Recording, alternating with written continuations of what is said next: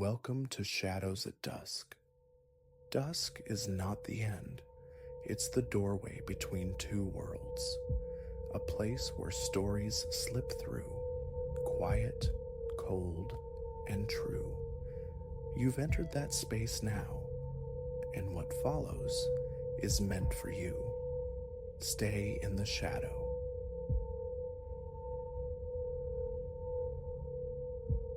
The city's electric veins pulsed neon, but here between brick behemoths thus lay a fissure, the alley, a dark gullet promising passage, a shortcut. Tonight, with the clock mocking me and Sal's inevitable glare looming, desperation clawed at prudence. Just this once. A whisper against reason. The threshold beckoned, and as the city's clamor receded, the darkness embraced me, ready to reveal the price of haste. 6 months tethered me to the graveyard shift at the Night Owl Cafe, a fluorescent haven where coffee flowed and dreams deferred simmered under lowlights. It funded textbooks, rent for a room barely larger than a sigh, and the slow crawl towards a degree. Usually, the 20-minute pilgrimage from my cramped apartment was measured as deliberate. But tonight, the siren call of molecular structures had held me captive, and now time slipped through my fingers like sand. Outside, the avenue throbbed with nocturnal life, a symphony of horns, laughter spilling from bars like cheap wine, figures painted by the streetlight's amber glow. A typical summer effusion, the city breathing heat and sound. Ordinarily, I might find solace in its rhythm. Tonight, it was mere static against the rising panic of Sal's disapproval. Then, my gaze snagged on it. The cleft between buildings, a sliver of shadow promising stolen minutes. My mother's spectral warnings, dark places, unseen dangers, echoed faintly, drowned out by the urgent need to arrive. A breath held, a step taken, and the vibrant world dissolved behind me. Instantly, the street's roar became a muffled pulse. A sepulchral hush descended, punctuated only by the melancholic drip of unseen condensation and the furtive scuttle of creatures thriving in refuse. The air hung heavy, viscous, thick with the cloying scent of decay and an acrid tang I couldn't place. My own footfalls became sharp reports against the confinement, urging me faster. Escape velocity was the goal. Halfway down this brick-lined canyon, a new sound intruded. Footfalls, heavier than mine, striking the pavement with deliberate weight. A jolt, a spike of adrenaline. Just another soul seeking passage, I reasoned, heart hammering against my ribs. But the cadence multiplied. A second set, then a third. A furtive glance back confirmed the chilling truth. 3 silhouettes detached themselves from the deeper gloom, their movement possessing a loping menace that spoke volumes their shadowed faces concealed. My stride lengthened, hands knotting into useless fists. The alley's exit, a distant rectangle of light, seemed to recede with every step. Behind me, their pace quickened, subtlety discarded. A voice coarse as gravel sliced through the quiet. "Lost little bird? Where you flying off to so fast?" Silence was my only shield. I fixed my eyes on the promise of the street, praying invisibility might cloak me. Futile hope. Fingers like vices clamped into my arm, wrenching me backward. I spun, momentum stolen, facing them now. close enough to see the hardness in their eyes, the cruel twist of their lips. 3 figures looming, blotting out the meager light. Ignoring folks ain't polite, rasped the one whose grip pinned me, his breath a foul miasma of stale liquor and nicotine. My plea emerged small, fragile, hating its own sound. Please, I need to get to work, no trouble. Their laughter was sharp, bouncing off the oppressive walls. Hear that? The leader mocked his companions. She wants no trouble. Shame, really. Raw terror threatened to liquefy my bones, rooting me to the spot, prey frozen before the strike. He slammed me against the cold, unyielding brick, his face a nightmare inches away. The bag, sweetheart, nice and easy, and maybe you walk away. My satchel felt heavy against my side, a repository not just of coins and keys, but of tomorrow's exam, of hard-won knowledge. A primal refusal surged. No. The word, stark and unexpected, hung in the air. His eyes tightened into slits. Wrong answer. As his hand lunged for the strap, something fractured within me, fear transmuting into white-hot rage. Instinct took over. My knee drove upwards, finding its mark with brutal precision. A strangled gasp, a doubling over. In that instant of vulnerability, I thrust past him, legs churning, fleeing into the oppressive dark. Shouts echoed behind me, the drumbeat of pursuit pounding closer. The alley mouth, a beacon of salvation, tantalizingly near. Just meters more, a hand snagged my shirt, yanking me off balance. I stumbled, twisting, refusing to fall. Faced one of them again, eyes blazing, fist raised. No thought, only reaction. My heavy satchel, crammed with textbooks, became a pendulum of desperation. It swung, connecting against his skull with a sickening thwack. He reeled, stunned. I didn't wait. I bolted, lungs screaming, heart threatening to detonate. The sidewalk rushed towards me, spilling light and sound. Figures turned into people. Help! The cry tore from my throat as I erupted from the alley's confines. Please, help me. Heads swiveled. Behind me, the sound of rapid retreat as my pursuers vanished back into the inkwell they'd emerged from. A woman's arm was suddenly around me, grounding. A man peered into the darkness, phone already pressed to his ear, reciting details to the indifferent night. The chase was done. Safety, fragile but real, enveloped me. Time fragmented, flashing lights, clipped questions, the detached calm of uniforms. Eventually, released from the official narrative, I found my way to the Night Owl Cafe, over an hour adrift from my scheduled start. Sal, usually a storm cloud of impatience, took one look at my ravaged expression, the lingering tremor in my hands, the ghost of the police cruiser fading down the street. His gruff facade crumbled. "Saints alive, Ilara," he murmured, guiding me towards a worn vinyl booth. "Shifts canceled. Sit. Coffee's on me." The ceramic mug warmed my still shaking hands. Bitter, strong coffee slid down my throat, a grounding ritual. Replaying the sequence, the fear, the grab, the sudden violence of my own defense, I wrestled with the near miss, the terrifying alternate ending that flickered at the edge of thought. Yet beneath the lingering fear, a different current stirred. In that crucible of terror, a resilience I hadn't known existed had flared. Cornered, I hadn't crumpled. I had struck back, survived.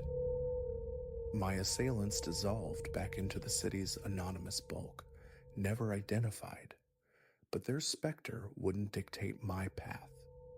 Fear became not a cage, but a catalyst. Self-defense classes sharpened my awareness. Pepper spray became a talisman in my pocket. And yes, shortcuts through shadowed passages were permanently forsaken. Yet I walked. I studied. I refused to shrink my world. The city remained a place of potential menace, its shadows capable of concealing threats. But that night had unearthed a fundamental truth. Resilience resides within, often untapped. The most profound act of defiance was simply to keep living, refusing the mantle of victimhood. Echoes of that night remain, surfacing sometimes when the light fades or a narrow passage beckons. The ghost of fear, the electric surge of adrenaline. They linger, but overriding them is the indelible memory of the turning point, the instant, raw survival instinct ignited action. That discovery of inner fortitude became a compass point.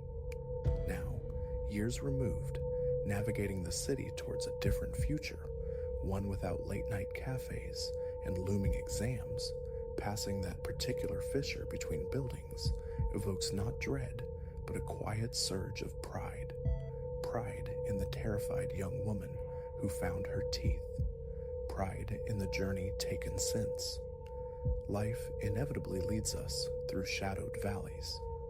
The crucial wisdom isn't avoiding them entirely, but knowing that within us lies the spark to navigate the darkness, the strength to push back against whatever closes in. That internal luminescence, once discovered, cannot be wholly extinguished by any shadow.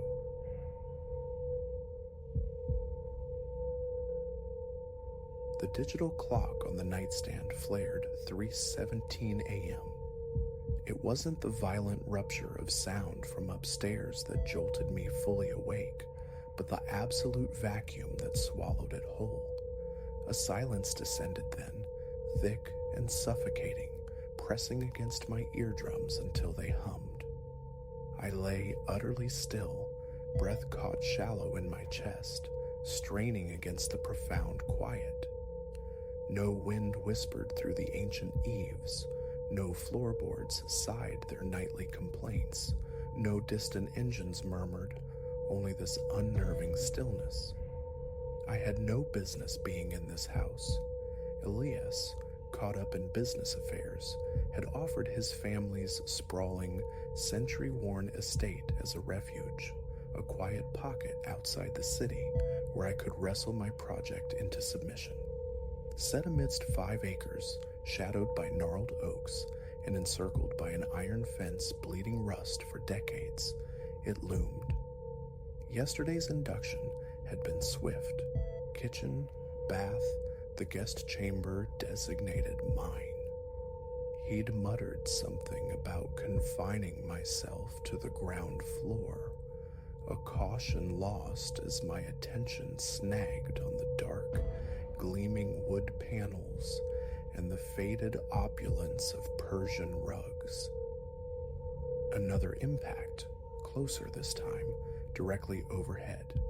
It cracked the silence like flawed porcelain, followed by the distinct, laborious scrape of something massive being dragged across bare hardwood. A frantic pulse hammered against my ribs. I pushed myself upright, the sheets pooling around my waist, the cool air a shock against my sweat-dampened t-shirt. Hello? My voice, a fragile filament in the vast darkness. Is someone there? Only the dragging answered, resuming its slow, deliberate rhythm. My hand fumbled for the phone on the bedside table, its flashlight slicing a stark cone through the guest room's gloom, illuminating an antique armoire, heavy velvet curtains drawn tight, the door left slightly ajar. I swung my legs over the side, bare feet meeting the shocking cold of the polished floorboards. The dragging noise ceased abruptly. Then came footfalls, heavy, measured, each step making the ceiling timbers groan above me. They moved away, toward the rear of the immense house. I rose, knees trembling, logic scrabbled for purchase, settling foundations, an intruding animal. But houses don't settle with such rhythmic cadence, and raccoons lack the heft to shift furniture. Phone held before me like a talisman, I crept to the doorway. The hallway stretched into shadow in both directions, the flashlight beam painting fleeting images of faded floral wallpaper and rows of closed doors. Overhead, the footsteps continued, each one a physical blow that made me flinch. "Elias," I called, louder now, forcing bravado into my tone. If this is some elaborate prank, it ceases to be amusing. The footsteps halted, silence rushed back in, thick and expectant. Then a new sound, the slow, protesting creak of a door swinging open upstairs, followed by more footsteps. These angled toward the grand staircase, descending at the far end of the hall. Prudence screamed retreat. Grab the keys. Flee to the car. Instead, a morbid cocktail of terror and reckless curiosity pulled me forward, toward the stairs. The wooden steps ascended into blackness, beyond the reach of my phone's weak beam. The first tread groaned under my weight. I froze, listening.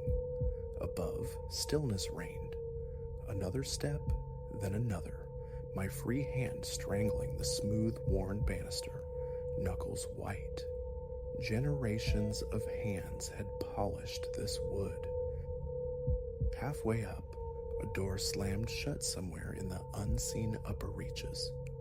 My heart leaped, threatening to batter its way free. Cold sweat trickled down my spine, plastering my shirt to my skin. The air here was colder, carrying a distinct miasma, musty, damp, like sodden newsprint forgotten in a cellar. I crested the stairs, sweeping the light across the second-floor landing. More closed doors lined the corridor, their brass knobs winking back the light. All closed, save one. The third door on the right stood open, and something about it felt intrinsically wrong. I edged closer, the floorboards groaning their ancient complaints. The door possessed no handle. Not missing, the dark wood was utterly smooth where brass or porcelain should have been, as if such hardware had never been part of its design. I angled the light inside. Emptiness, no furniture, no pictures ghosting the walls, just naked hardwood and wallpaper peeling away in strips like desiccated skin. Behind me, down the length of the hall, a subtle shift. Heavy footsteps, closer now, imbued with purpose. I spun, the beam jerking erratically across the walls. The steps grew louder, yet the corridor remained stubbornly empty, stretching into impenetrable darkness. I stumbled backward, into the threshold of the handleless room, my shoulders hitting the wall beside the opening. The footsteps reached the hall's end. In the wavering circle of light, something stirred, a shadow, deeper than the ambient gloom, slithering along a wall. Then the footsteps resumed, moving away, fading into the distance. My legs buckled. I slid down the wall, landing hard on the floor. The phone slipped from my trembling grasp, clattering, its light spinning crazily before settling, and in its steady glare, I saw them, etched into the thick layer of dust, footprints, leading from the doorway toward the center of the vacant room. They weren't mine. They were immense, elongated and unnaturally deep, as if impressed by something carrying an immense weight. I snatched up the phone, scrambling upright. The footsteps had ceased again, replaced by a new horror. A low, wet gurgling, like breath drawn through liquid.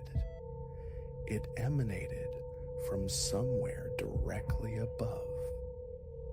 I fled down the hallway, taking the stairs in frantic leaps, nearly tumbling twice. Behind me, the footsteps erupted anew, faster now, matching my panicked descent.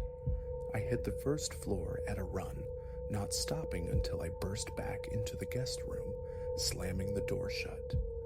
My fingers, clumsy with terror, fumbled with the lock mechanism. I backed away, pressing myself against the far wall, waiting for the pursuit to follow me down. Nothing, only silence, pressing in again, heavy as felt.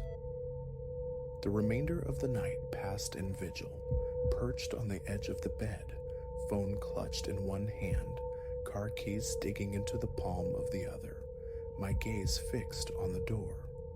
Only when the first tentative gray of dawn began to bleed around the curtain edges did I dare move. Snatching my laptop and overnight bag, I bolted. From the safety of my car, hands still shaking on the steering wheel, I called Elias, voicemail. An hour later, the same, again that afternoon. He finally returned the call that evening. "Hey," he began, his voice weary. "Apologies for the radio silence. I'm trapped in meetings. Is everything all right?" "No, Elias. Nothing is remotely all right," I retorted, the tremor still in my voice. What in God's name is happening in that house? Who else was there last night?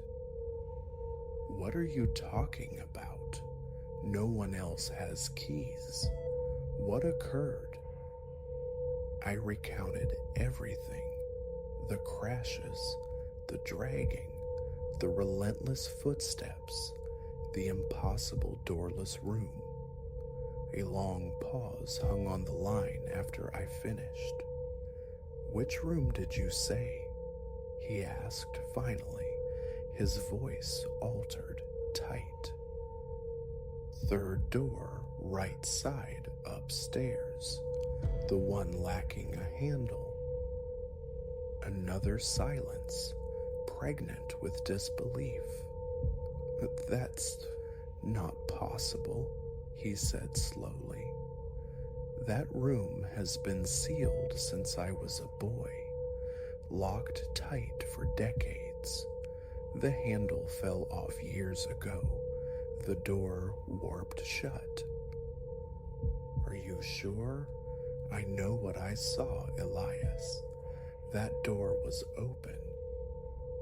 "Stay put," he commanded, his voice sharp with sudden urgency. "I'm coming back now. Don't go near that house until I get there." He arrived at my apartment 3 hours later, his face pale, eyes agitated. He slumped at my kitchen table while I brewed coffee, the silence thick between us. Finally, he produced his phone, displaying a photograph. "Is this the room?" The image showed the same barren space I'd entered, but the door was firmly closed, the wood smooth and unbroken where a handle should have been. "That's it," I confirmed, "but it was open when I was there." Elias raked a hand through his hair. "That room belonged to my great-uncle Silas," he said, his voice low. "He vanished in 1937. They found the door locked from the inside, no handle, no way in. They eventually had to force it open. The room was empty, no trace of him, no clue what happened or where he went. They boarded it up afterward. As far as anyone knows, no one's been inside since. He swiped to another photo, older, monochrome. A tall, thin man stood before the house. His features were indistinct, blurred by time, but his posture seemed subtly wrong, unnaturally rigid, like a marionette whose strings were pulled too taut. "This is the last picture taken of him," Elias murmured. "The day before he disappeared.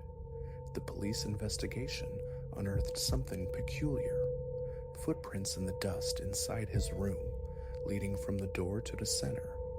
But they were too large to be human, and too deep, as if whatever made them carried an immense burden." My coffee cup slipped from numb fingers, shattering on the tile floor. Neither of us moved to clean the shards.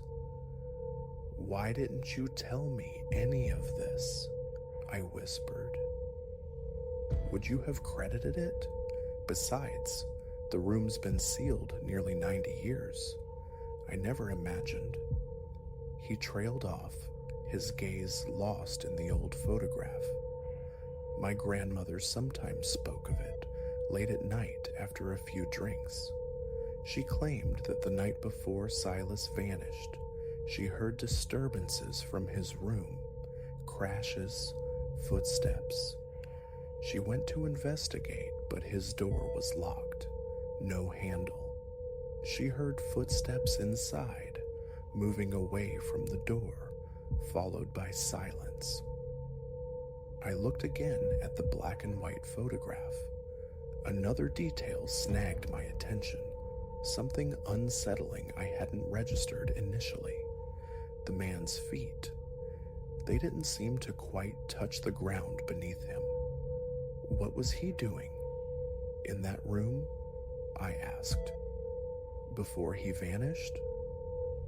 Elias hesitated. Research, old volumes, arcane texts, occult paraphernalia. My grandmother discovered his journals after he was gone, mostly indecipherable, diagrams, strange symbols, complex calculations. But one entry lodged itself in her memory, the very last one, penned the day he disappeared. It simply read, "They're coming through the doors now.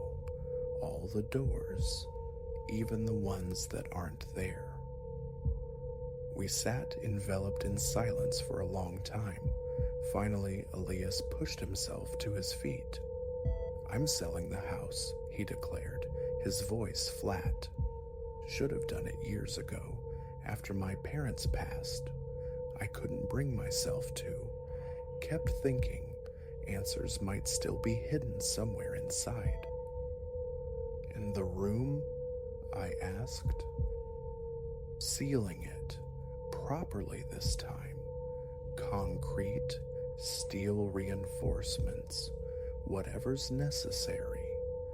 That door is never opening again." But I knew he was mistaken, because when I close my eyes, the image persists.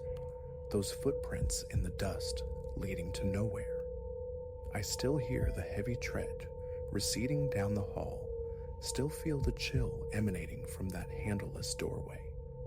Sometimes, late at night, I find myself checking the handles on my own apartment doors, a futile reassurance against what?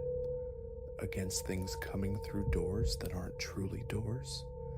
I know better now. Some thresholds don't require handles to yield, and some visitors require no doors at all. Last week, at 3:17 a.m., I woke to a familiar rhythm, ponderous footsteps in the hallway outside my bedroom. I didn't rise, I lay rigid, listening as they passed my door and continued on, fading into the waiting silence. I don't know if they will return. I don't know if they seek another door without a handle, another fissure between worlds. But Elias's great uncle Silas's final words haunt me, words about doors that aren't there. How many such unseen portals exist, poised to swing open? How many sealed rooms harbor secrets that claw against their confinement? How many footsteps echo through empty corridors at 3:17 a.m., retreating into darkness? Sleep has become a scarce commodity since that night in Elias's house. I cannot shed the feeling that something latched onto me there, something that needs no handles, something patient, waiting for a moment of lowered guard, a blink too long. Mostly, though, I fixate on those footprints, because when I finally summoned the nerve to scrutinize the photos Elias sent later, I saw something he hadn't mentioned, a detail chillingly clear. In the picture of the empty room, the dust bore impressions, but they weren't leading from the door to the center. They led from the center of the room to the door, and they looked terrifyingly recent.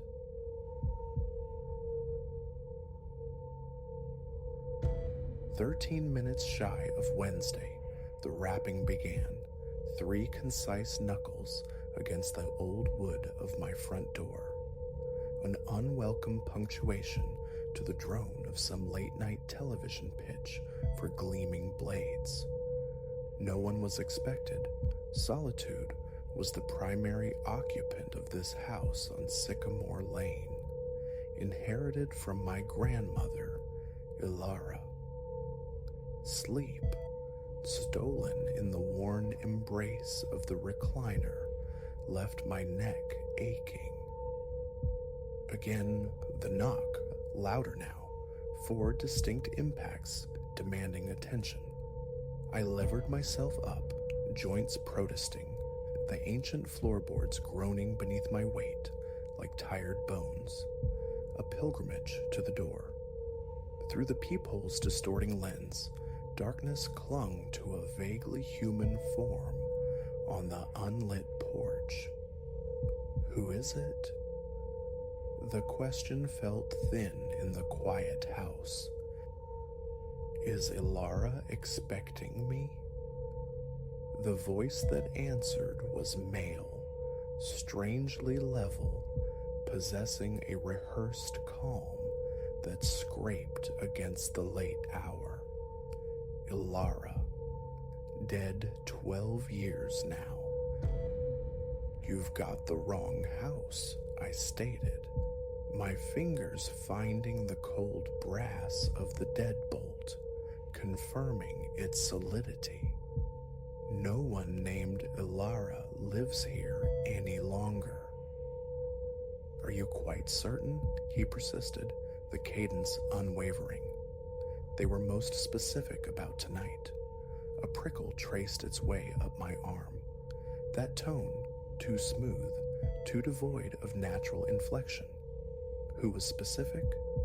Why, Ilara and Arthur, of course. They instructed me to arrive precisely now. Said they'd be waiting. Arthur, my grandfather, gone since '89. "Listen," I insisted, feeling a tremor start in my voice. "I don't know who you spoke to, but it wasn't them. This was their house, yes, but decades ago. They're both deceased." A beat of silence stretched, thick and heavy. The shape on the porch remained utterly still. "That cannot be," the man replied eventually, his voice retaining that unnerving placidity. "Our conversation was only yesterday. The arrangements were quite clear." My mouth felt like parchment. The air in the hallway seemed to drop several degrees.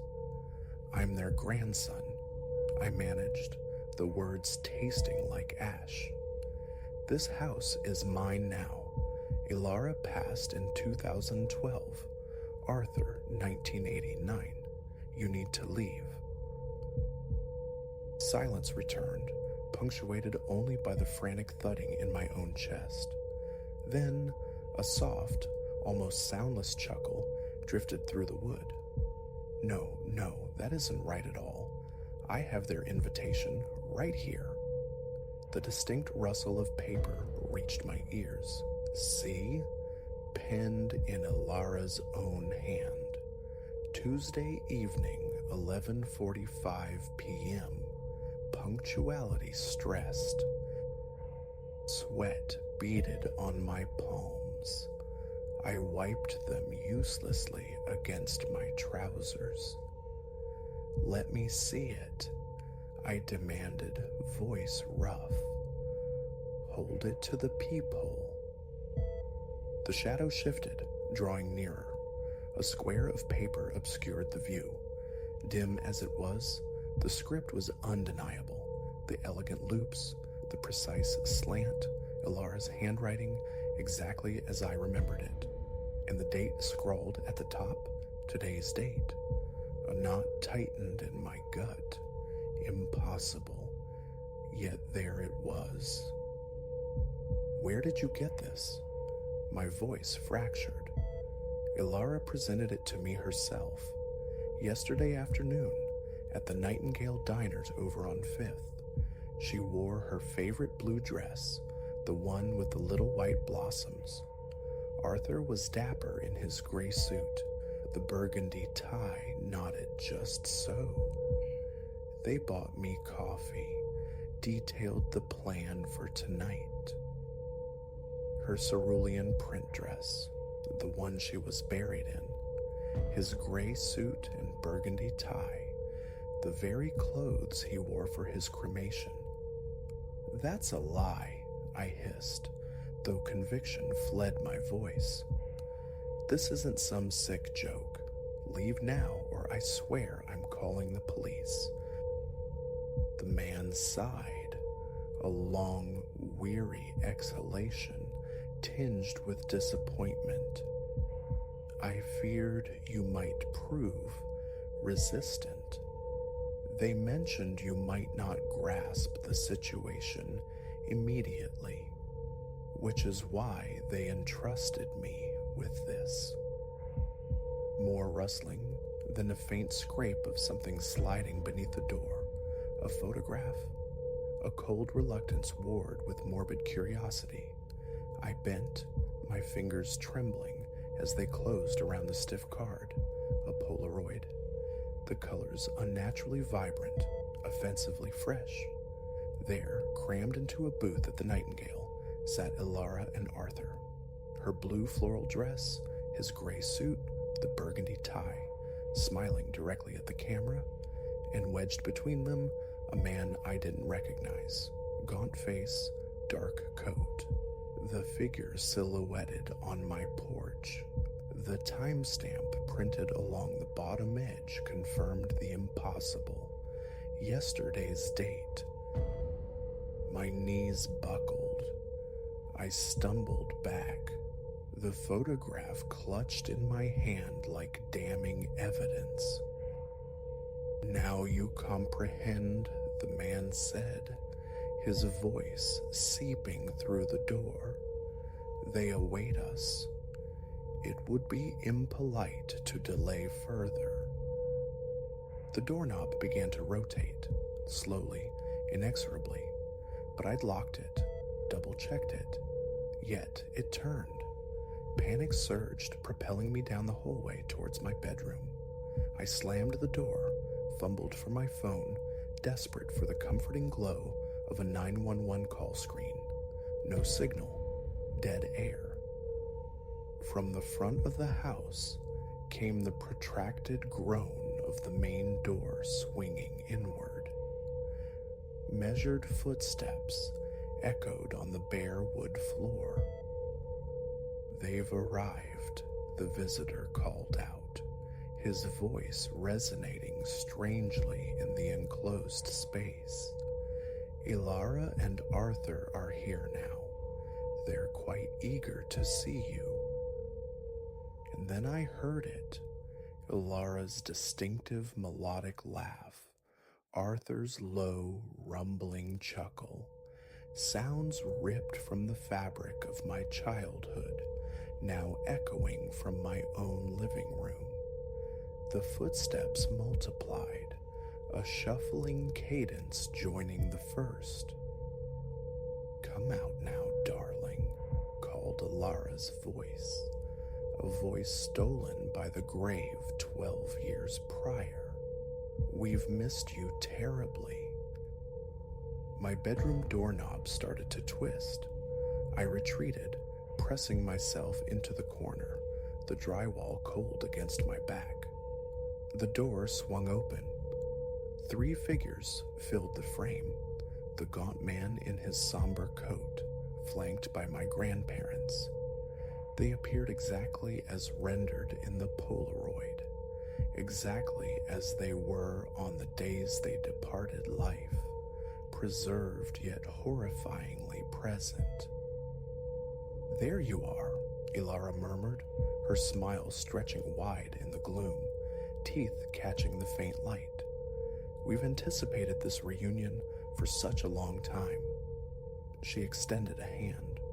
Her skin looked like old parchment, gray and cool when her fingers brushed mine. "Join us," Arthur urged, his hand settling on my shoulder with surprising weight. "There is so much we need to show you." The gaunt man hovered behind them, his grin fixed, predatory. His teeth seemed too long, too sharp. "Do not fret," he whispered, his breath cold. "They warned me of your potential hesitation, but once you perceive our destination, understanding will follow. It always does in the end." Ilara's icy fingers tightened around my wrist. Arthur's grip anchored me. The gaunt man stepped closer. "Close your eyes," he advised softly. "It eases the transition. When you open them again, clarity will dawn." I fought, a useless, panicked struggle against grips too strong, too cold. Darkness swarmed, thick and suffocating. "Excellent," the gaunt man breathed. "Just so. Welcome to the family gathering." The room dissolved, reality warped, and then jarringly I was back in the recliner. Infomercials flickered on the television screen. 3:17 a.m. Neck stiff, mouth dry. A nightmare, I told myself, relief warring with lingering dread. A truly awful dream. Then my gaze fell upon the coffee table. Resting there, stark against the dark wood, was the Polaroid. Ilara and Arthur, smiling their vacant smiles, the gaunt man wedged between them. Yesterday's date stamped below, and tracked across the dusty floorboards, 3 distinct sets of footprints led from my front door directly to where I sat. I still reside in this house. Where else is there? But the recliner remains empty after dark. Late-night knocks go unanswered, and sometimes, glancing towards the Nightingale Diner as I pass, I see them, seated in their regular booth, Ilara in blue, Arthur in gray, the gaunt man ever present in his dark coat. They lift their hands in greeting, smiles stretching impossibly wide, teeth unnervingly sharp, waiting. They possess an unnerving patience. Time is their ally. I know with chilling certainty that one night my resolve will fracture. I'll slide into that booth. I'll share coffee with the departed. And finally, I will understand. For now, the locks stay bolted. The doorbell is disconnected. The curtains are drawn tight at dusk, and I try, desperately, not to dwell on the invitation that arrived in this morning's post, penned in Alara's unmistakable script, dated for tomorrow. Their patience, it seems, is wearing thin. Soon, the requests will cease. Soon, they won't need to ask at all.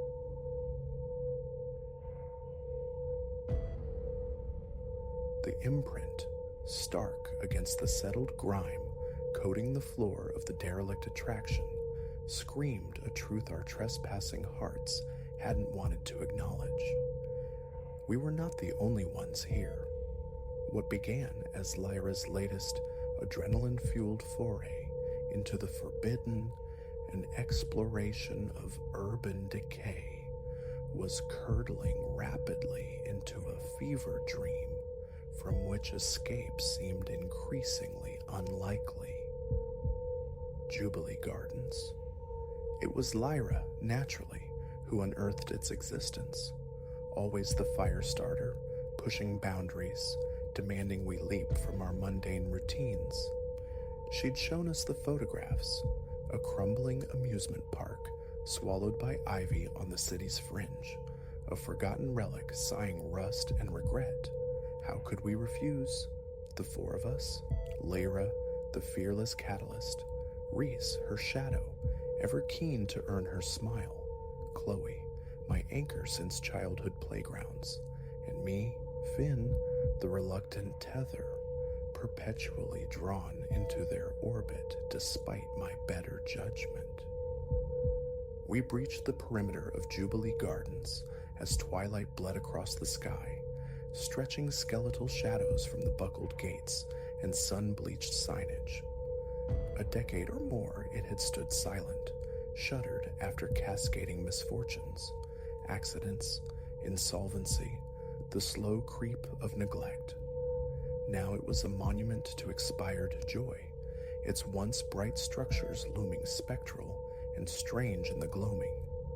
Magnificent, Lyra breathed, slipping through a gash in the chain-link fence, her eyes gleaming with a fervor that sparked an answering, traitorous thrill within me.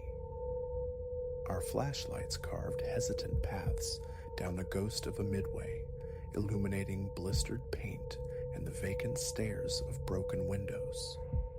The quiet was a heavy shroud, punctuated only by the gritty crunch of our boots on shattered asphalt and the mournful groan of wind-tormented metal.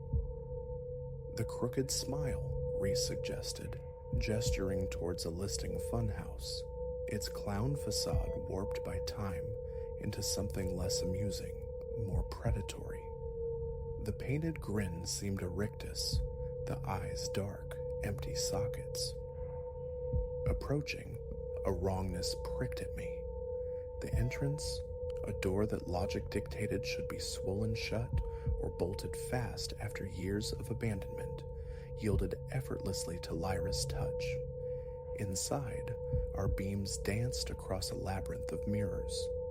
Some were fractured webs of silvered glass, others remained unnervingly pristine. "Finn, look," Chloe's voice echoed, distorted by the reflective angles. She aimed her light downwards.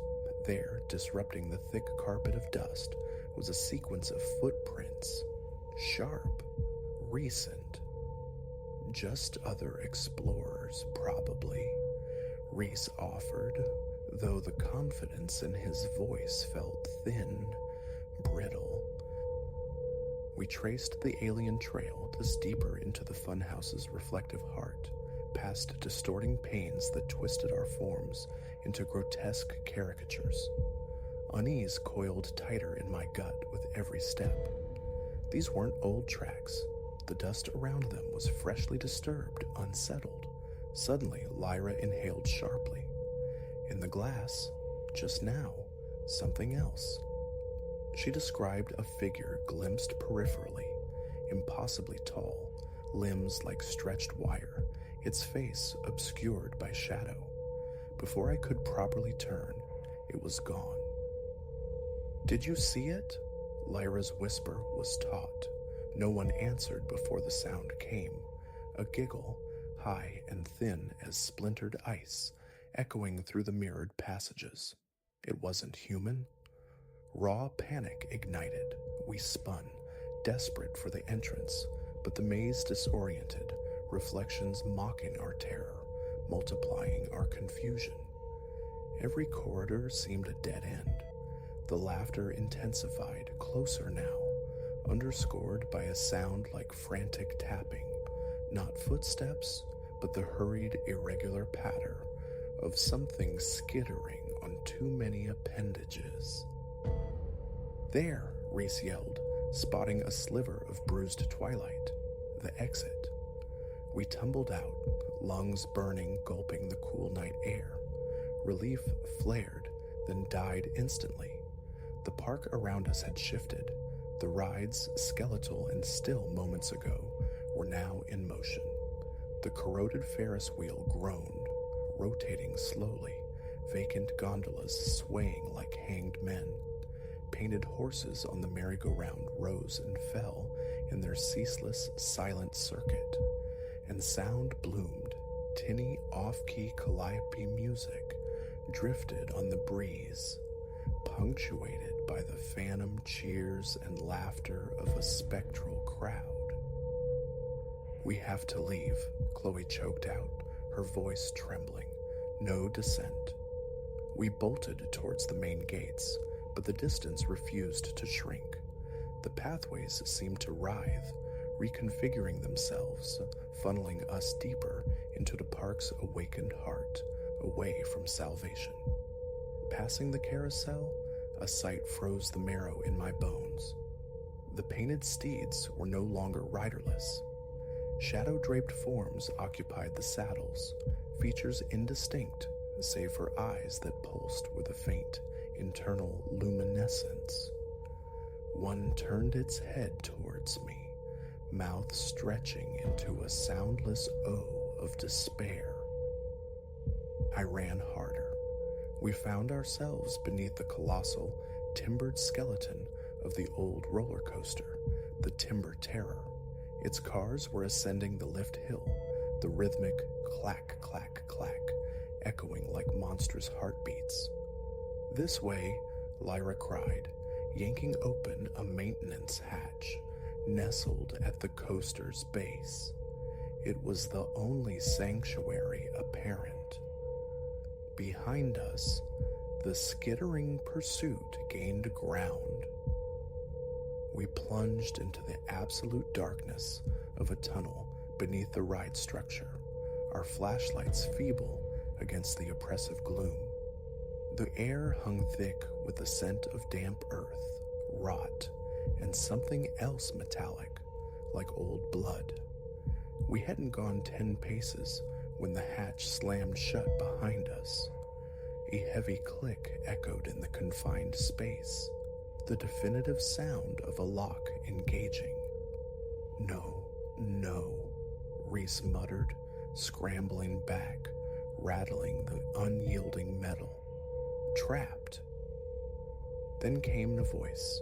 It didn't enter through our ears.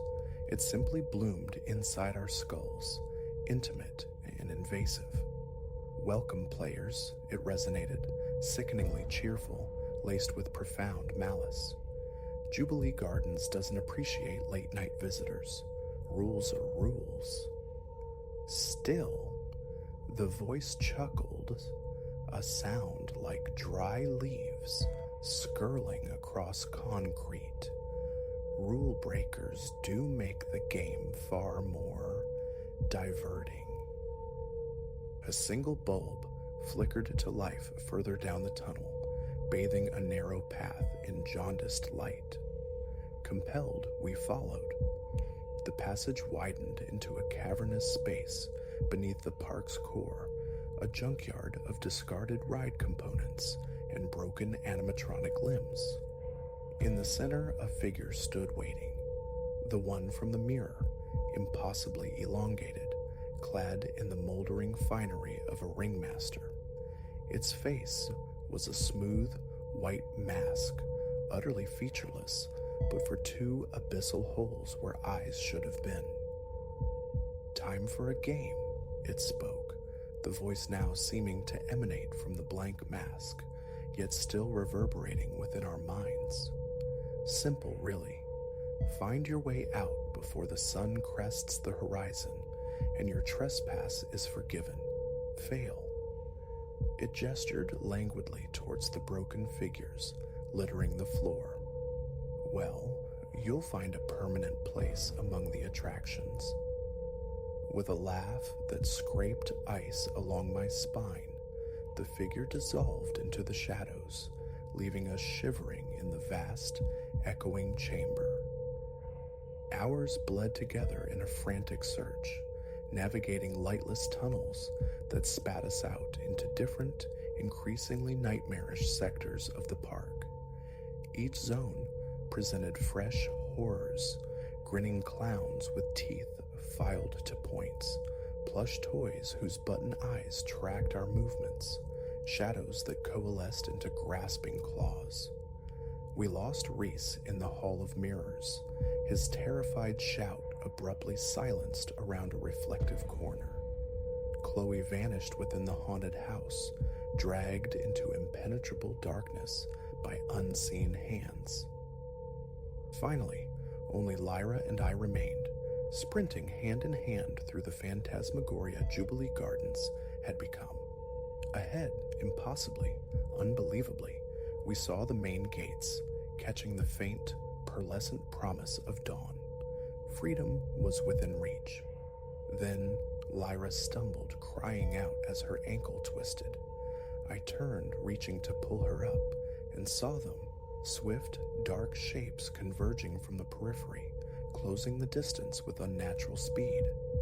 Lyra met my gaze, her eyes wide, mirroring not just fear, but a terrible acceptance. "Go, Finn," she urged, shoving me forward. "One of us has to." I froze for a heartbeat, torn between self-preservation and loyalty. That single moment of hesitation damned me. Icy grips fastened onto my arms, my legs, dragging me backward into the park's embrace. The last image burned into my retinas was the rising sun, its first rays kissing the iron bars of the gates, just as they slammed shut with resonant finality. Now I am Jubilee Gardens, another exhibit, another lost soul woven into this tapestry of perpetual night and terrifying play. Sometimes, through my fixed gaze, I see new explorers arrive, lured by the same siren song of decay and discovery that ensnared us. A silent scream builds within me. Run, flee. But all I can manage is this painted smile, frozen forever. The game resets. The music starts anew.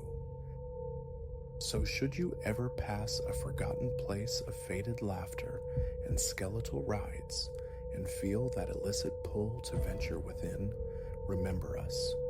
Remember Jubilee Gardens. Some attractions demand a steeper price than admission. Here, the fun is eternal, and the terror never, ever ends.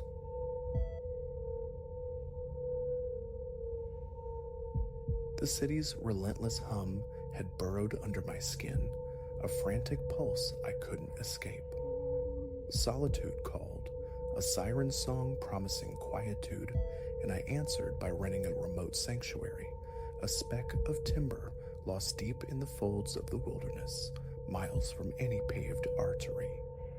Online images depicted a haven, rustic but sound, cradled by an ocean of trees, breathing silence, precisely the balm required. The journey itself was a shedding, the asphalt ribbon finally surrendering to a rutted dirt track that coiled deeper into the forest's embrace. With each mile devoured, a specific thrill sparked, The raw intimacy of isolation, just myself and the primal woods. I arrived as twilight bled across the sky, painting the clearing in hues of departure. The cabin stood as promised, a low-slung wooden structure with a welcoming porch nestled in its small domain. A ring of stones marked a fire pit. Cordwood lay stacked near the threshold. Everywhere else, the forest pressed close, an immense, breathing entity. Parking the vehicle, I hauled my luggage inside. The air hung thick with dormancy, not unpleasant, but the distinct musk of enclosed earth and time undisturbed. Windows were flung open, inviting the cool vespertine breeze to stir the stillness while I deposited my few belongings. No signal bars, no phantom web of Wi-Fi, a deliberate severing, the very point of this pilgrimage. Later, beneath a sky deepening from bruised orange to indigo, I coaxed flames to life in the stone pit. Arboreal shadows stretched like grasping fingers across the clearing. Ensconced by the fire's warmth, I surrendered to the quiet, punctuated only by the wood's sharp crackle and the whisper of wind against my face. Peace, pure and simple. Yet subtly at first, then insistently, the sensation crept in, a prickling awareness of not being truly alone, an illogical certainty, a phantom weight of observation emanating from the dense wall of trees. Paranoia, I chided myself, the city's ghost clinging still. I'd craved this very emptiness, this absence of scrutiny, but my gaze kept returning to the tree line, sweeping the deepening gloom, half expecting a silhouette to detach itself from the shadows. The fire dwindled to embers. Acknowledging the late hour, I retreated indoors, the solid thunk of the lock echoing in the quiet. Windows secured, I succumbed to the bed, the day's exertions settling like sediment. The silence was profound, a tangible presence pressing against the eardrums, amplifying the forest's faint nocturnal murmurs. A rustle here, a twig snap there. Sleep eventually claimed me. Dawn's first tentative light filtering through the panes roused me. I rose, stretching limbs stiff from stillness, and resolved on a brief pre-breakfast exploration. The morning woods were ethereal, hushed, and veiled in a delicate mist. Circling the cabin, absorbing the tranquil scene, I sought to recapture yesterday's peace. And then I saw it. Resting innocuously on the porch planks, a small folded square of paper. A tremor ran through me as I stooped to retrieve it. The paper was rough, the script hasty, almost desperate. I saw you by the fire. Ice traced a path down my spine. My head snapped up, eyes raking the perimeter. Only trees, silent sentinels in the quiet dawn light. Nothing. No one, a prank. Wayward hikers playing games. The logic felt thin, brittle. This place was defined by its remoteness, leagues from any town. Visitors were improbable.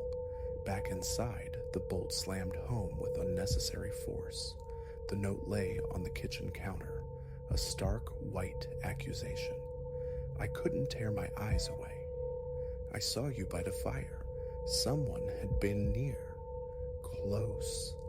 Close enough to watch unseen. Close enough to leave this chilling token. A wave of disquiet washed over me, yet I fought it down. An explanation, however unlikely, must exist. I forced myself through the motions of breakfast, attempted to reclaim the rhythm of relaxation, but the day unfolded under a pall of anxiety. Every glance through a window carried the expectation of finding a figure standing motionless at the forest's edge. There was only the impassive wilderness, the trees, the pervasive silence that now felt less peaceful and more like a held breath. That evening, seeking solace in familiar ritual, I built another fire, hoping its cheerful dance might dispel the encroaching dread. I stared into the flames, wrestling with my own escalating fear, trying to anchor myself in reason. But the feeling returned, stronger this time, a palpable pressure. My gaze darted constantly towards the encompassing darkness, my pulse leaping at perceived movements in the periphery. The tension became unbearable. Dousing the flames prematurely, I fled back to a cabin's perceived safety, securing the door, rechecking every window latch. Sleep was a distant country. I lay rigid in bed, hyper-alert, cataloging every external sound, the groan of a branch under strain, the whisper of leaves skittering across the roof. Each noise detonated in the silence, triggering frantic cascades of unwelcome thought. How long I lay suspended in that state, I cannot say. Exhaustion must have dragged me under eventually. I awoke with violent abruptness deep in the night, heart hammering against my ribs. A formless, urgent sense of wrongness pervaded the darkness. Slipping from bed, I moved with ghost-like quiet through the small cabin, verifying locks, peering through each pane of glass into the impenetrable black. Nothing appeared amiss, yet the certainty of an external presence, a watcher, remained undiminished.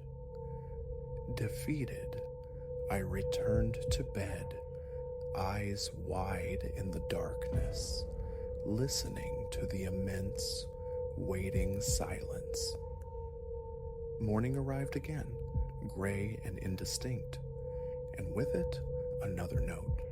It lay precisely where the first had been, a mocking echo on the porch. My stomach plummeted as I reached for it, fingers trembling. I watched you check the locks. Nausea surged. Bile rose in my throat. They had been near again, close enough to observe my fearful circuit through the cabin, my futile attempts at security, watching while I thought myself safe, perhaps even while I slept. I stumbled back inside, slamming and locking the door, breath coming in ragged bursts. Panic tightened its grip. Miles from anywhere. No signal. No recourse. Trapped. Utterly isolated. Whoever lurked out there knew it. The day was spent indoors, a prisoner in my rented sanctuary. Food remained largely untouched as nerves frayed to the breaking point. Each creak from the woods, each sigh of the wind sent me freezing, listening, braced for something, but only the profound, heavy silence answered, pressing down, suffocating. As dusk bled into true night, the thought of another fire was inconceivable. I remained inside, every light blazing defiantly against the encroaching dark, my back literally against a wall, waiting for sunrise. Sleep was impossible, unthinkable. I sat clutching a common kitchen knife, its cold steel a pathetic comfort, heart galloping, mind a frantic storm. Fatigue, so insidious and absolute, must have claimed me in the chair. I startled awake, a sharp thump against the porch wood. Eyes wide, pulse frantic, I strained to hear more. Silence resumed its reign. Forcing leaden limbs to obey, I crept to the door, peered through the window. There, in the familiar spot, lay a third piece of paper. My hand shook so violently I could barely grasp it. I unfolded the scrap, breath snagged in my throat. The message read, "You look tired." That was the end. No more rationalization, no more enduring. I snatched my bag, stuffing belongings in with frantic, uncoordinated movements, and bolted for the car. Keys fumbled in the ignition, engine roaring to life with profane loudness in the stillness. I threw the car into gear, tires spitting gravel, and fled down the dirt track, eyes fixed forward, refusing even a glance in the rearview mirror. Distance. That was the only imperative. Distance from the cabin, from the woods, from the unseen eyes. Who left those notes, and why they fixated on my solitary retreat, remains a consuming mystery. But sometimes, in the dead quiet of the night, the chill returns unbidden, that visceral certainty of being watched, of a patient, silent observer lurking just beyond the periphery. The deep woods hold no more allure. I doubt they ever will again.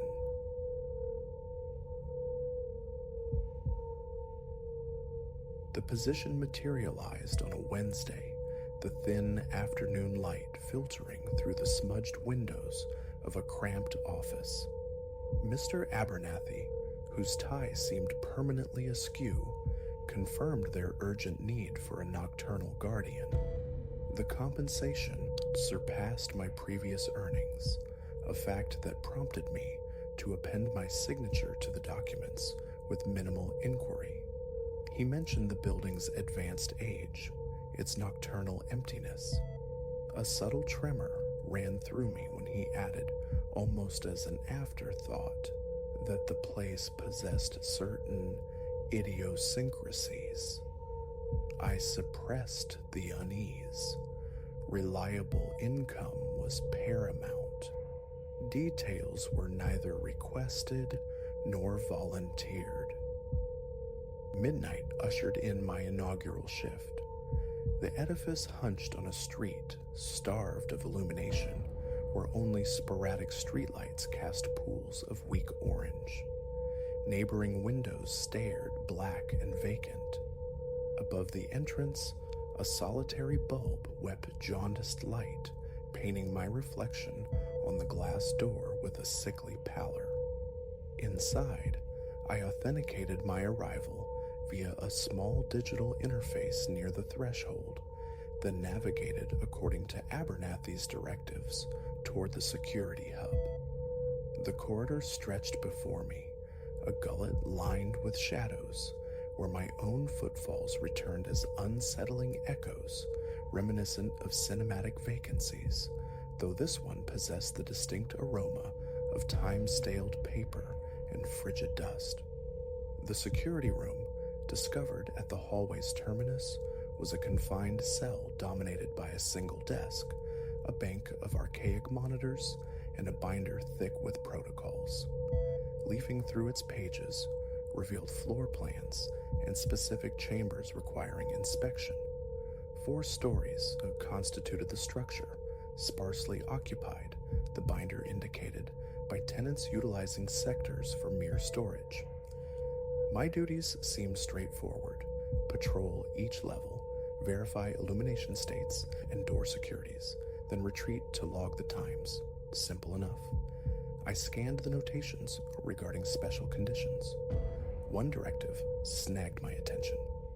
Room 304. Maintain locked status outside operational hours. Its meaning remained elusive, yet I dismissed it swiftly. Having completed the initial circuit, I returned to the cramped security room, meticulously recording the timestamps. 2 o'clock crawled past. As I embarked on the second round, boredom warred with a burgeoning disquiet.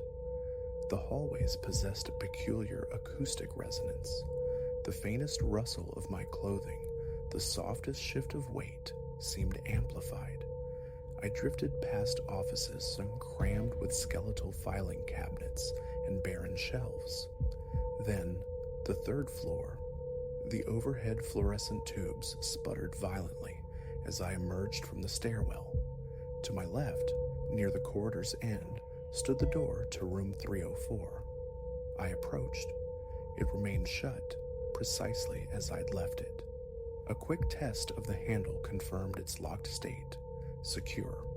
The placard affixed to the door read, "Typing Pool," a designation redolent of bygone eras. Curious, I thought, given the binder's sterile label, Room 304, devoid of any mention of typewriters. With a mental shrug, I proceeded onward. Upon finishing the remainder of the third floor check, I retraced my steps. It was then that a sound arrested my movement, the delicate, distinct tapping of keys. Not the plastic chatter of contemporary keyboards, but a sharp, metallic cadence. Pressing my ear flat against the cool wood of the door, I listened intently. The clicking possessed a focused rhythm, someone typing with unwavering concentration. A pause, then the unmistakable rasp of a page being advanced through a roller, a sound unique to typewriters. A knot tightened in my chest. Occupancy was forbidden. I tested the handle again, still firmly locked. The sound emanated from within, yet ceased the instant my hand disturbed the knob. Calling Abernathy crossed my mind, but the impulse faltered. He'd instructed reporting anomalies, yet relaying strange noises felt inherently foolish. Perhaps residual echoes from antiquated machinery embedded within the walls, I reasoned. Old structures often groaned and settled unpredictably. For the moment, I relinquished the mystery and continued my rounds. Back in the security nexus, slumped at the desk, I mentally replayed the auditory sequence. A creeping tension colonized my neck, not painful, but a subtle rigidity signaling something profoundly amiss. I compelled myself to delve deeper into the binder, searching for any reference to obsolete equipment on the third floor. Nothing. My gaze drifted to the ancient monitors, displaying grainy, static perspectives from hallway cameras and the main entrance. Nothing deviated from the norm. Eventually, self-persuasion won. I had likely imagined the sound. The second night found me imbued with heightened alertness and anticipating a recurrence. My first patrol near midnight unfolded in silence, until, ascending once more to the third floor, I paused before room 304, standing sentinel for a full minute. Stillness reigned. I moved on. 10 minutes later, traversing the same path back, it returned. Click, click, click, followed by the dragging sigh of paper. My stomach plummeted. The exact sonic signature.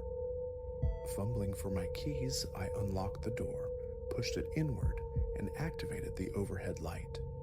A vast chamber revealed itself, populated by rows of old wooden tables. Atop each rested a typewriter. Some bore fractured keys, others appeared relatively intact, all uniformly veiled in a fine patina of dust. The air hung thick with the musty, stale scent of aged paper. Nothing stirred. The typewriters sat inert, their rollers empty. I circled the room, scanning for any trace of recent activity. Then my eye caught it. A single sheet of paper lying askew on one table.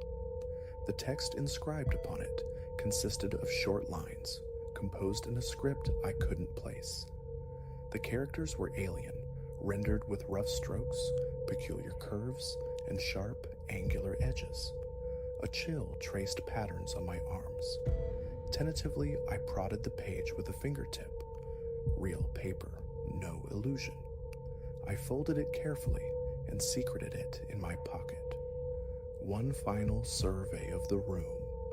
Then I secured the lock and descended the stairs. Within the security room's relative sanctuary, I examined the paper under the harsh glare of the desk lamp. The words remained utterly opaque. This wasn't merely an unfamiliar language like French or Spanish. It felt archaic, perhaps encrypted. My heart hammered against my ribs as I studied the cryptic symbols.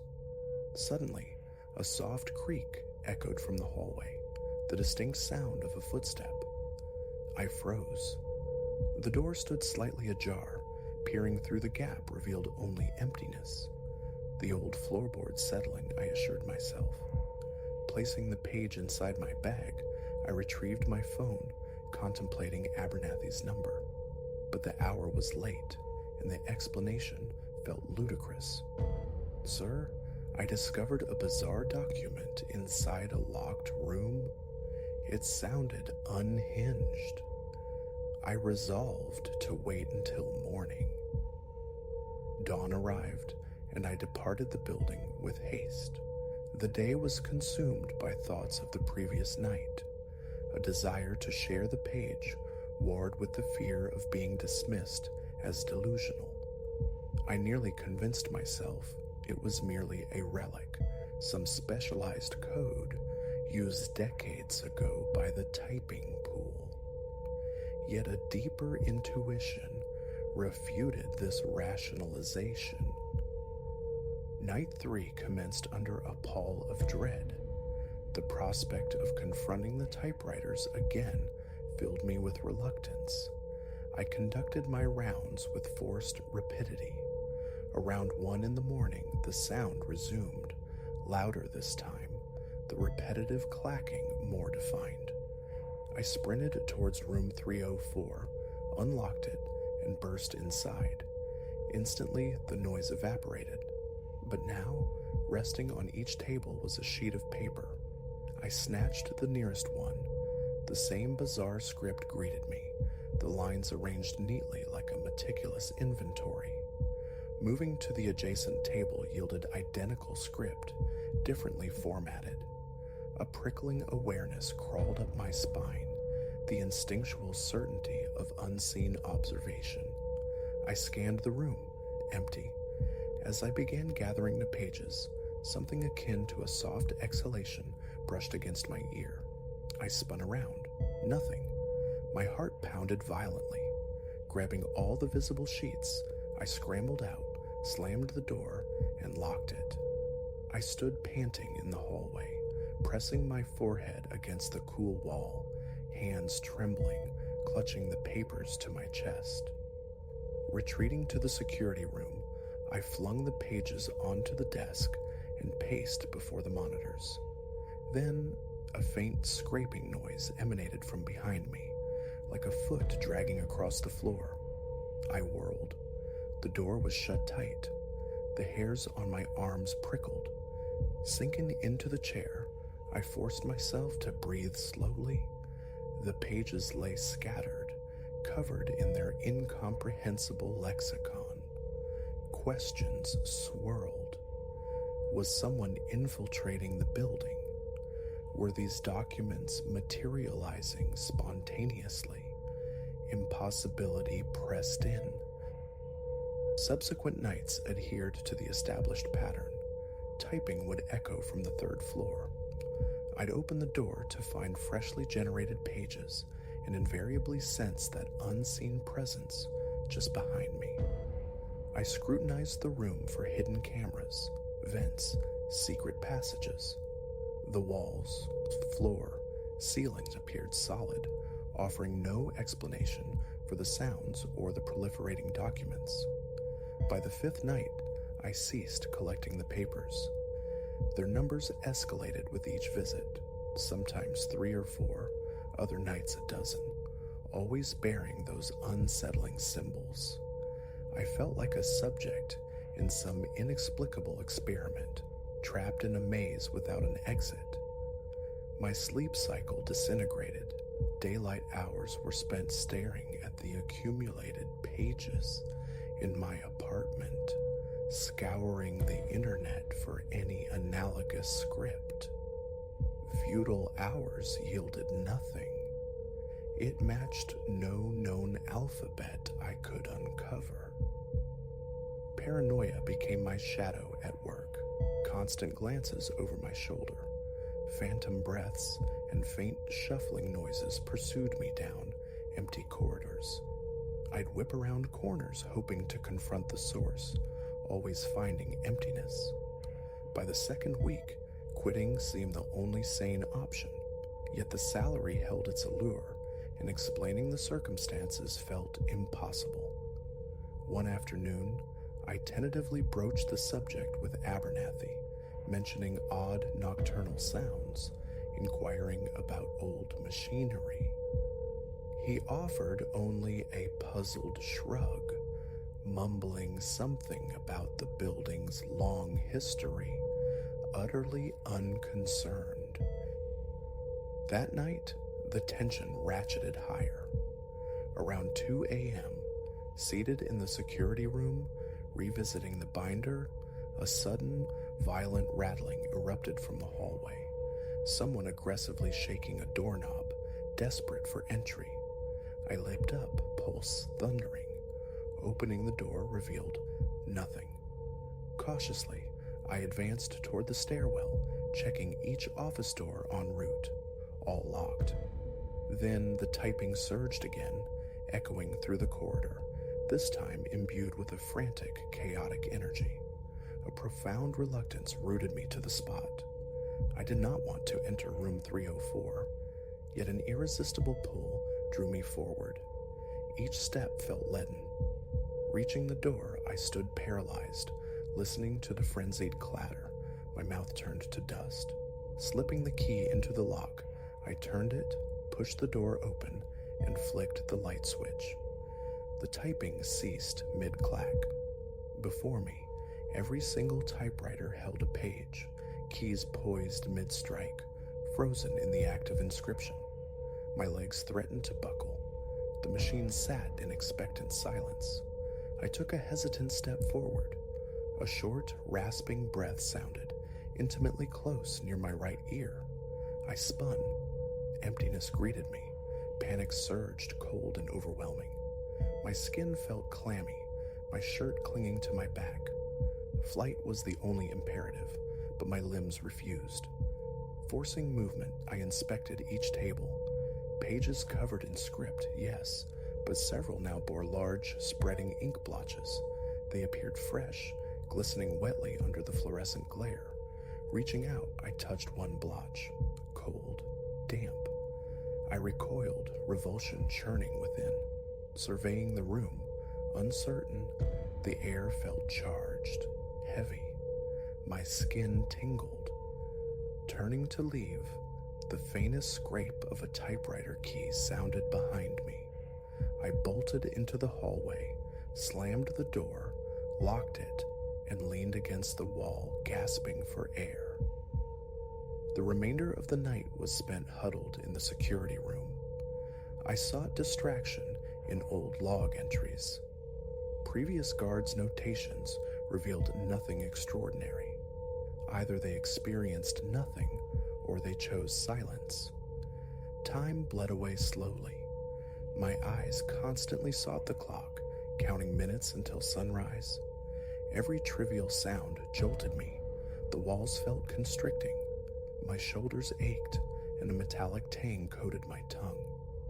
By dawn, I was frayed. I deactivated the monitors, grabbed my bag, and fled, neglecting even to log my final round. I remain employed here. More nights have passed, adhering to the same unnerving rhythm. Sometimes silence reigns, leaving me suspended in anticipation. Other times, more pages appear, inscribed with their alien text. The presence persists, a fleeting breath, a subtle shuffle, never more than moments, yet sufficient to keep my nerves perpetually frayed. I've confided in no one. I haven't resigned. Daily, I stare at the pages accumulating in my apartment, their meaning perpetually beyond reach. They feel wrong in my hands, imbued with messages not intended for my eyes.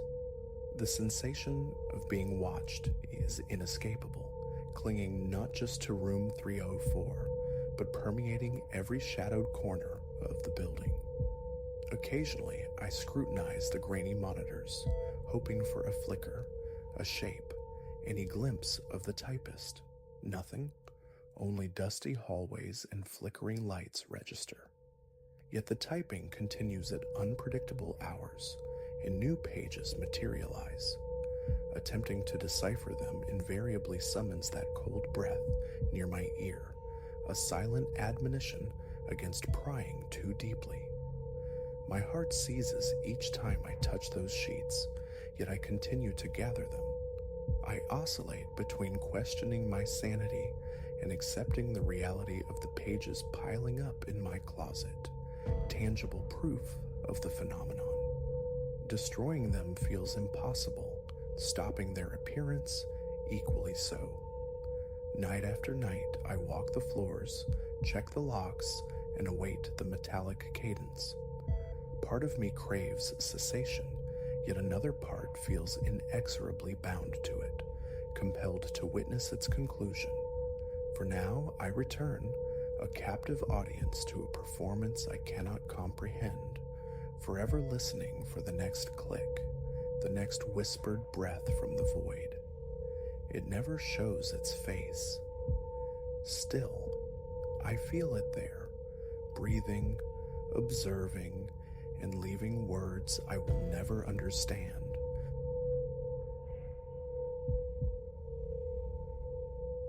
My knuckles, white mountains on a landscape of strained skin, ache from strangling the steering wheel.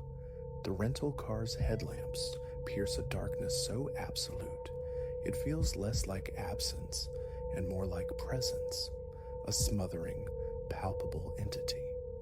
Hours I've navigated this artery of nowhere, asphalt surrendering to fractured gravel beneath the tires. 40 minutes passed, the phone's GPS became a monument to futility. No signal illuminates its dead screen, no streetlights mitigate the gloom, no landmarks offer solace, only the ragged rhythm of my own breath and the skeletal silhouettes of ancient wooden fences, leaning roadside as if poised to impart some dreadful secret through the glass. Business brought me here, a contract to be wrestled into submission in some forgotten factory town. I swore to my family, back by the weekend. Now, midnight has bled well into the next day, and the main highway remains an abstraction, a distant promise. With every mile devoured, a constriction tightens around my ribs, the night itself pressing inward, suffocating.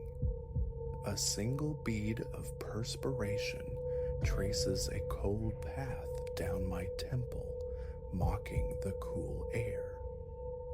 Stopping seemed prudent hours ago, settling for anonymous sheets in the last town swallowed by my rearview mirror.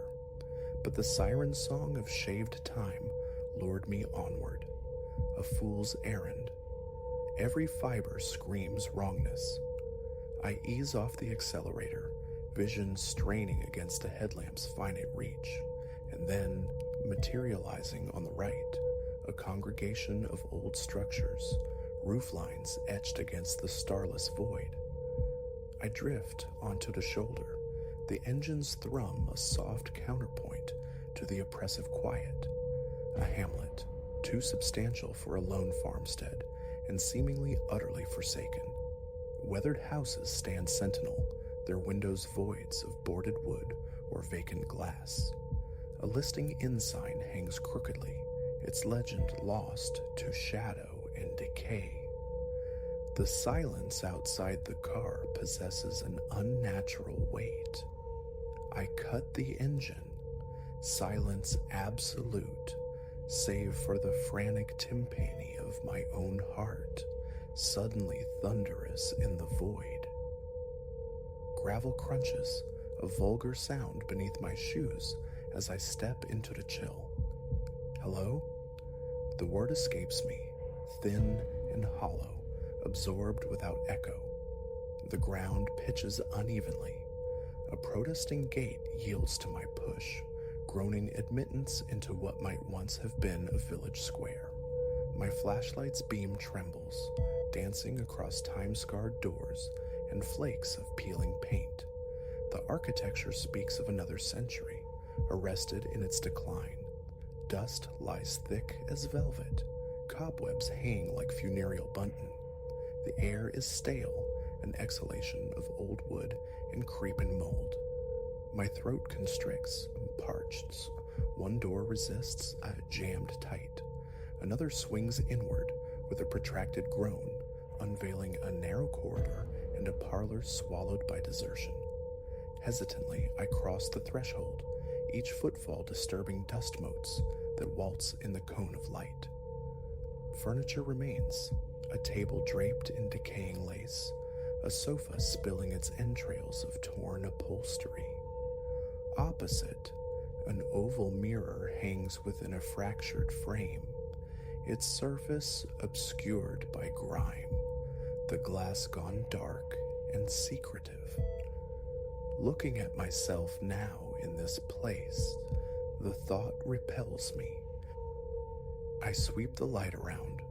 A sensation prickles the nape of my neck, an undeniable awareness of not being alone. Yet emptiness reigns. No fresh tracks mar the dust, no sign of recent passage. The silence becomes unbearable. "Anyone here?" I whisper, the sound devoured instantly by the house's dead air. Then I hear it, a delicate chime, impossibly faint somewhere outside. I freeze, mouth instantly dry, retreating back towards the street. The bell sounds again, a distinct resonance, joined by a second higher-pitched note. The source lies further among the huddled structures. Heart hammering against my ribs, I pursue the sound.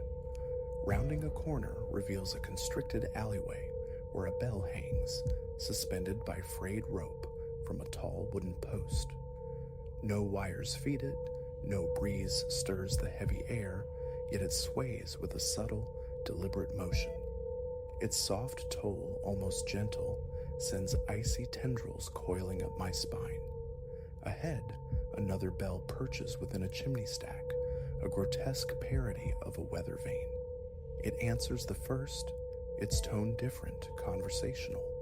More bells materialize as I venture deeper, one dangling from a window latch, another nestled beneath a porch roof, a third mounted on a twisted iron hook concealed behind closed shutters. Each sings in sequence, a dispersed choir of metallic whispers across the desolation. A tremor takes root in my limbs. My stomach clenches. It feels undeniable. These bells are conferring, passing judgment, speaking of me. Immobility feels like surrender. Understanding becomes an imperative. A prank, perhaps? Some archaic alarm system? Rationality scrabbles for purchase, but the utter absence of humanity, the silence where voices should be, gives lie to simple explanations. Only these chimes persist. I select a larger building, a 2-story edifice bearing a crooked sign that might once have proclaimed Mercer and Sons, and slip inside, desperate for context, for any clue to this metallic symphony. The air within hangs damp and heavy. I step cautiously over collapsed shelving. On a counter lies an old ledger, its pages brittle, jaundiced by time. The entries, penned in a cramped, near-illegible script, bear dates from decades past. Then abruptly, they cease. No explanation, no mention of departure, just a final, hurried scrawl, followed by an expanse of blank, waiting pages. Outside, the bells persist, their voices ranging from soft tinklings to deep, resonant tolls. Seeking refuge, I find a back room where a simple cot remains. I sink onto it, my back finding cold purchase against the damp wall, my legs betraying a slight tremble. My throat aches with dryness. I sip cautiously from my water bottle, my hand unsteady. The urge to flee, to scramble back to the car and drive blindly into the night, wars with an inexplicable compulsion.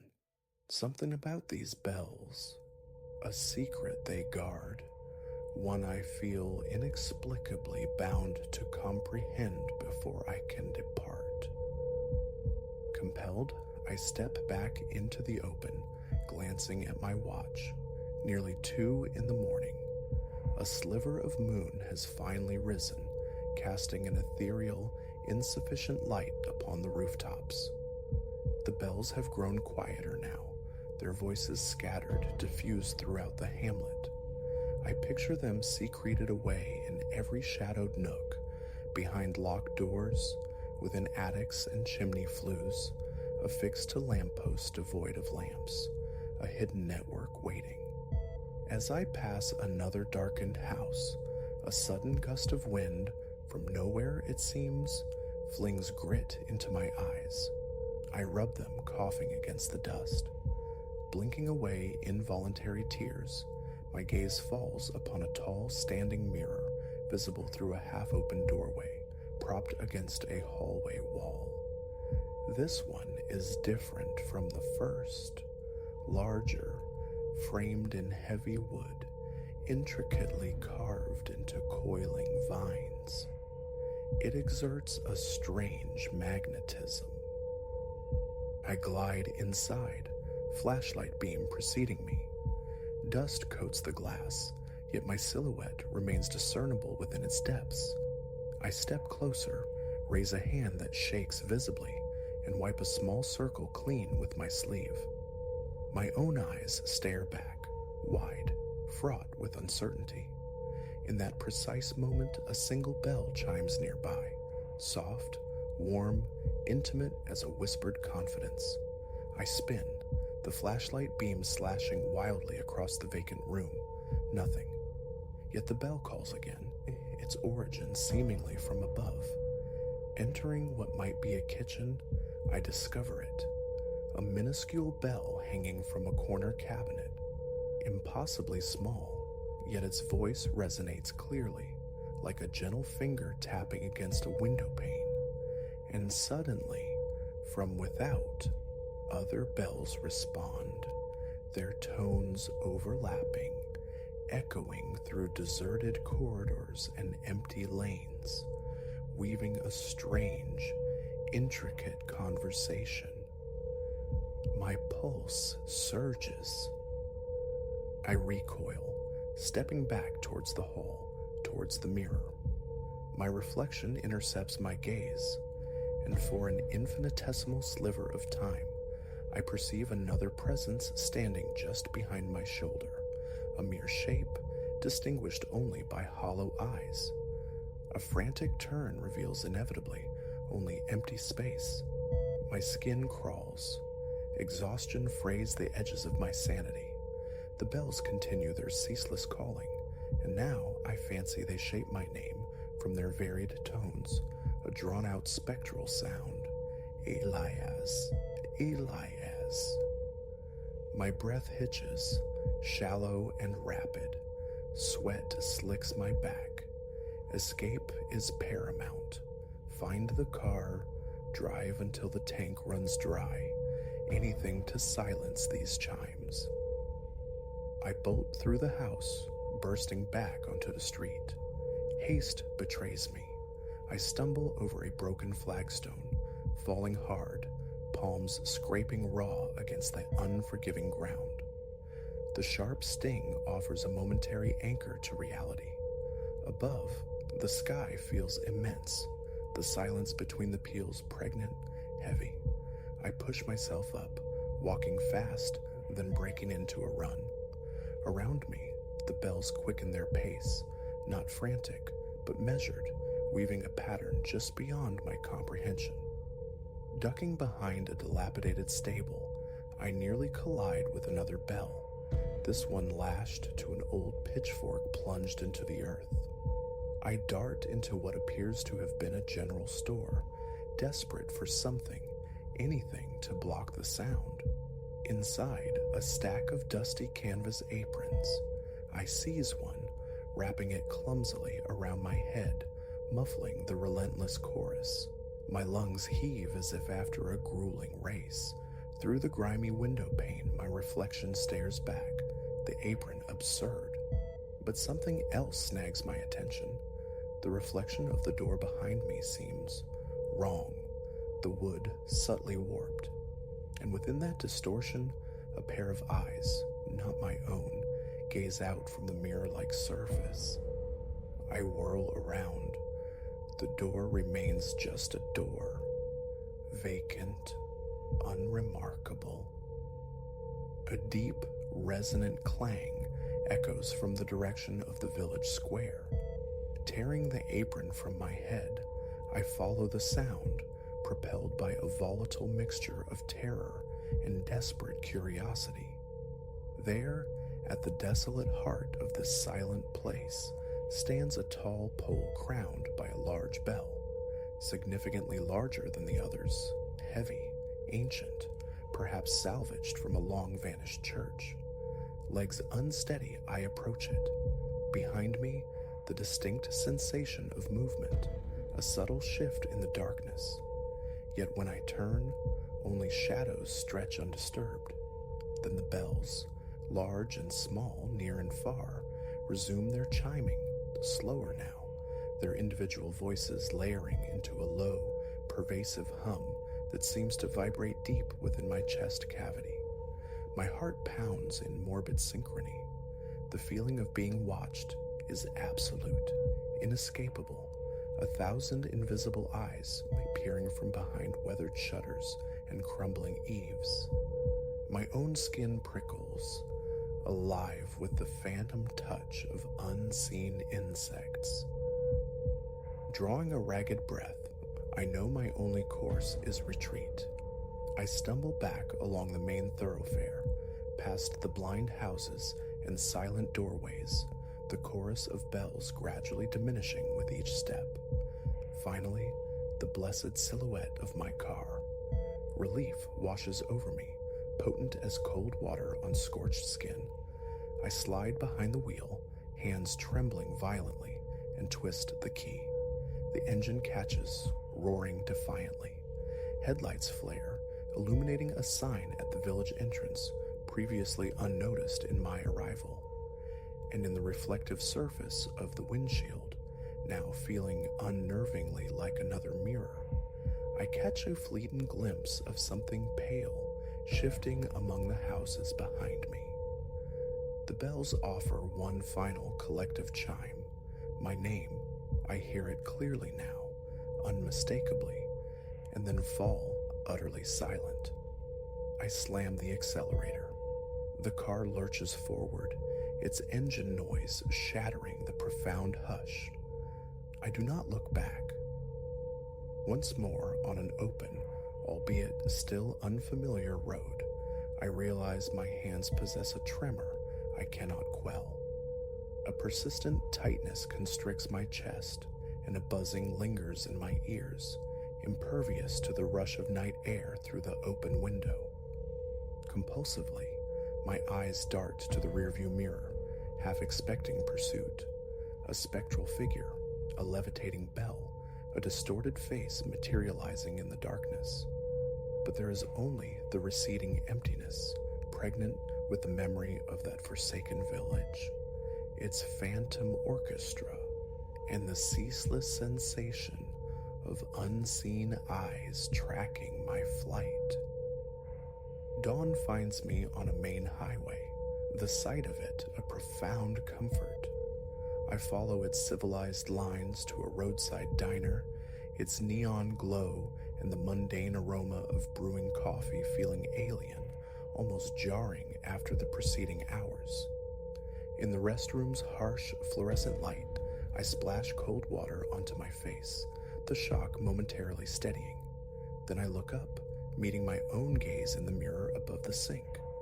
For a heartbeat, suspended in time, I swear I hear it, the ghost of a chime, impossibly faint. My reflection seems to waver, a flicker at the edge of perception, or perhaps merely a trick of profound exhaustion. Yet the conviction settles, cold and heavy. What I encountered in that village, what I fled from but could not entirely leave behind, is not yet finished with me.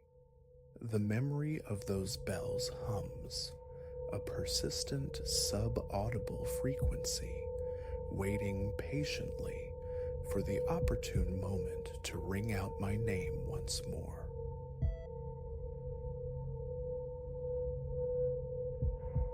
The imprint remains indelible. That first dawn breaking after the fire revealed its faces.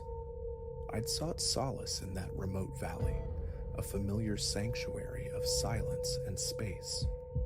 But solitude curdled into something else that night, a presence that took root in me and refused release.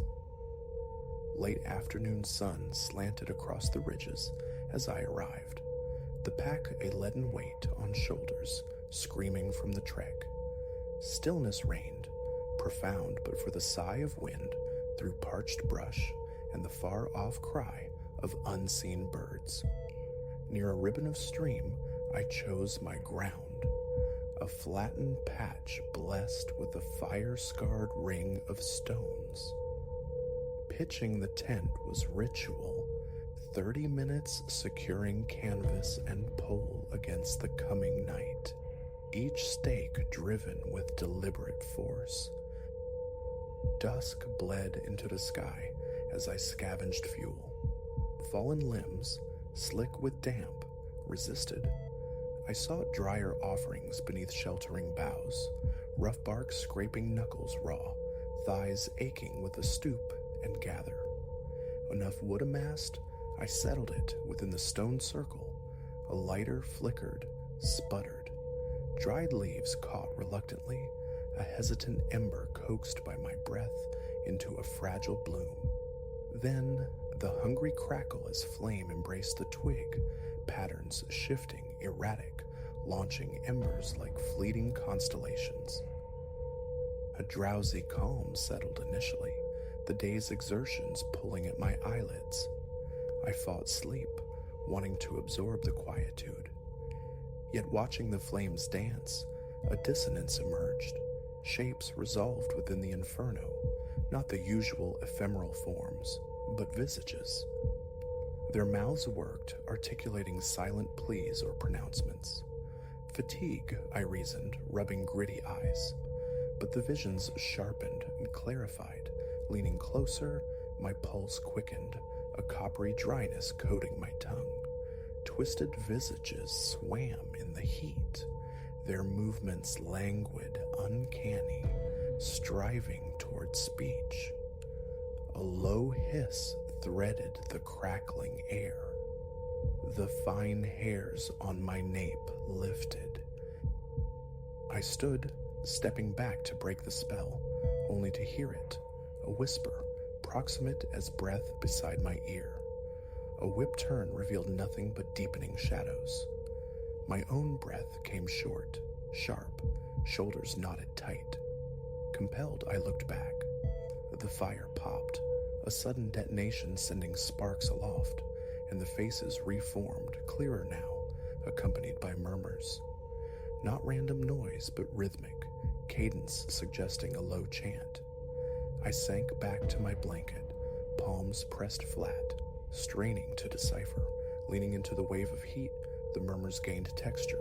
Words surfaced, fragmented yet distinct. Trail, ravine, follow, jumbled, insistent. My chest constricted, heart hammering against ribs. A frantic scan of the perimeter confirmed my isolation. The only companions were darkness and the skeletal silhouettes of bushes. The voices emanated from the flames. Rising again, retreating, I watched the flames surge in response, licking higher, reaching. A blast of heat forced my eyes shut, watering. Words intensified, coalescing around descriptions of an old path, a precipitous drop into a chasm. I knew of a ravine nearby, a place unvisited, now suddenly invoked. Cold dread clenched my gut. Legs trembled, breath shallowing. I pivoted away, but the fire roared, transforming into a furnace, its light pouring forth, shaping a tunnel of blinding incandescence. Instinctively, I shielded my face, eyes stinging, the very air seeming to sizzle. The whispers became a chorus, a multitude of voices pressing, urging movement toward that unseen fissure in the earth. Fists clenched. I stood frozen, torn between primal fear and a perverse magnetism drawing me toward the light, toward the command. Sweat beaded, skin prickled with heat, my own pulse a frantic drumbeat in my ears. I turned toward the tent, a desperate lunge for sanctuary. The instant my weight shifted, the flames subsided, a calculated dimming, a lure. I didn't hesitate. Scrambling inside, fumbling the zipper with shaking hands, I sealed myself in darkness. My breathing ragged, I listened. Outside, the fire crackled faintly, its voice muffled but undeniably present. Cross-legged, staring into the void, I fought for composure, chest tight, lungs aching, slow, deliberate breaths. Gradually, the glow against the tent walls faded as the fire consumed itself. Exhaustion finally claimed me, dragging me into uneasy sleep, my mind a chaos of flickering images and sibilant commands, praying for the mundane clarity of morning. Sunrise found me stiff-necked, back protesting the unforgiving ground. Unzipping the tent, released the scent of damp ash. The fire pit, a circle of stones cradling charcoal and half-burnt logs, looked deceptively normal. The valley's hush seemed amplified. Fatigue's hallucination? I tried the thought, but approaching the ashes sent a fresh chill through me. The charred wood held patterns, uncanny echoes of contorted features. Rubbing my arms against the goose flesh, I packed with frantic efficiency, eager to flee. Every rustle felt like observation. Backpack slung, I retreated down the trail, each footfall echoing the pound in my skull. The path back was solitary, devoid of other hikers. Home offered superficial comfort, gear stowed, a hot shower sluicing away grime, but not the unease. Sore muscles were a known quantity. The fire's memory was alien territory.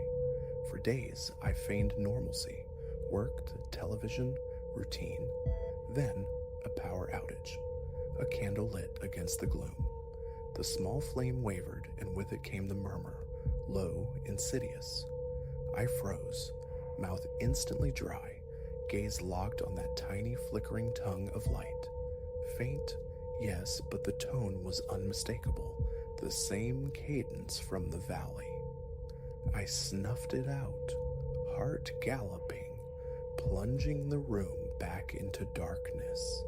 Safer in the dark. Was I unraveling? No, the sound was real. From then on, ignition became fraught. A match struck, a lighter thumbed, a gas burner clicked. Each risked conjuring the voices. They persisted, soft chants pushing me toward unknown trails, whispering of gorges, hollows, fissures. An aversion took hold. Cold meals, electric cooking, flashlights my only allies. Matches and lighters vanished into drawers. Complacency, however, is human, a friend's barbecue. My help requested, refusal overridden. The grill flared to life under my hand, and instantly the low susurrus buzzed at the edge of hearing. I recoiled, dropping the lighter, feigned a burn, mumbled an excuse. Heart hammering, I retreated from the flame's proximity, the chant of phantom echo.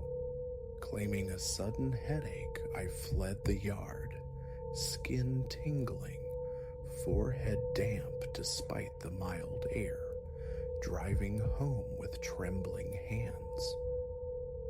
Weeks bled into months, marked by a new hypervigilance. Open flames became omens. A smoker's lighter, a candle display in a store, averted eyes, quickened pace. The memory of the fire faces festered, seeding nightmares, whispers commanding, pulling me toward that ravine. I'd wake drenched in sweat, heart frantic, limbs rigid.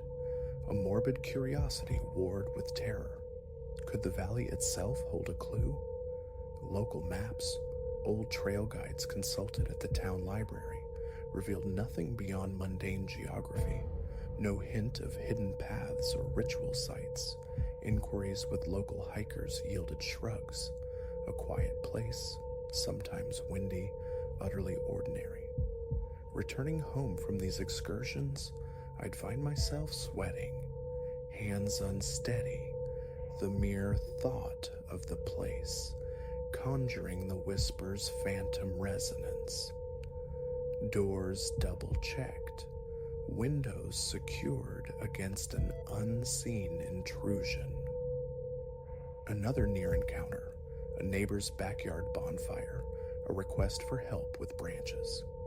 Stepping near the heat, my stomach plummeted, throat closing, ears ringing.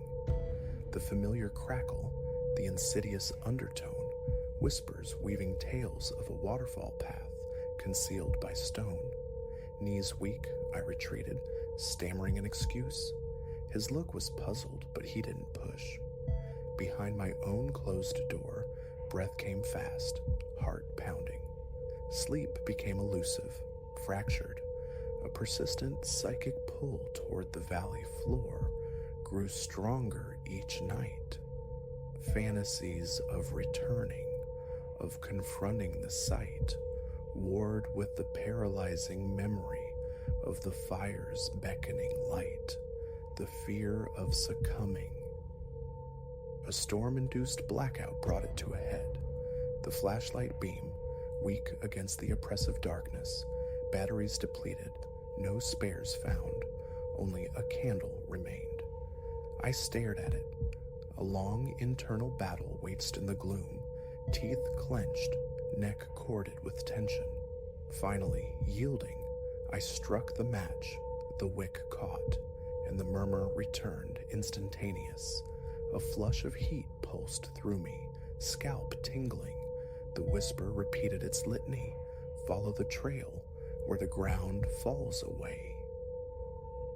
I blew it out, plunging back into suffocating darkness, the voice still echoing in my skull, sweat slick on my temples. A desperate need for air, for motion, propelled me to the car. Rain lashed the windshield as I drove aimlessly through the slick streets, knuckles white on the wheel, breath ragged, casting glances at the empty passenger seat. An hour of flight before returning, still shaken, to the haunted house. It persists. Ignition remains forbidden. Watching others tend fires tightens my chest. Every flame encountered whispers, its siren song of hidden paths, deep ravines, obscure rites. The voice constant, unchanging. Nights are restless vigils. Days are lived on edge. I haven't returned to the valley. I don't know if I possess the strength. Something there wants me, demands my presence, but the confrontation feels unsurvivable. Therapy? Explanation feels futile, risking dismissal as stress, delusion. But this isn't hallucination. The sound is, and real. Closing my eyes, picturing a spark, is enough to summon the echo, the physical recoil. That night didn't just happen, it inscribed itself onto me. Why the faces? Why the whispers urging me toward that chasm? No answers, only the certainty of the call. It hovers, a presence waiting for the next flicker to give it voice. It's not poetry, not symbolism. It's a real voice in real fire, telling me to walk toward a place I fear, and I live within its shadow, forever listening.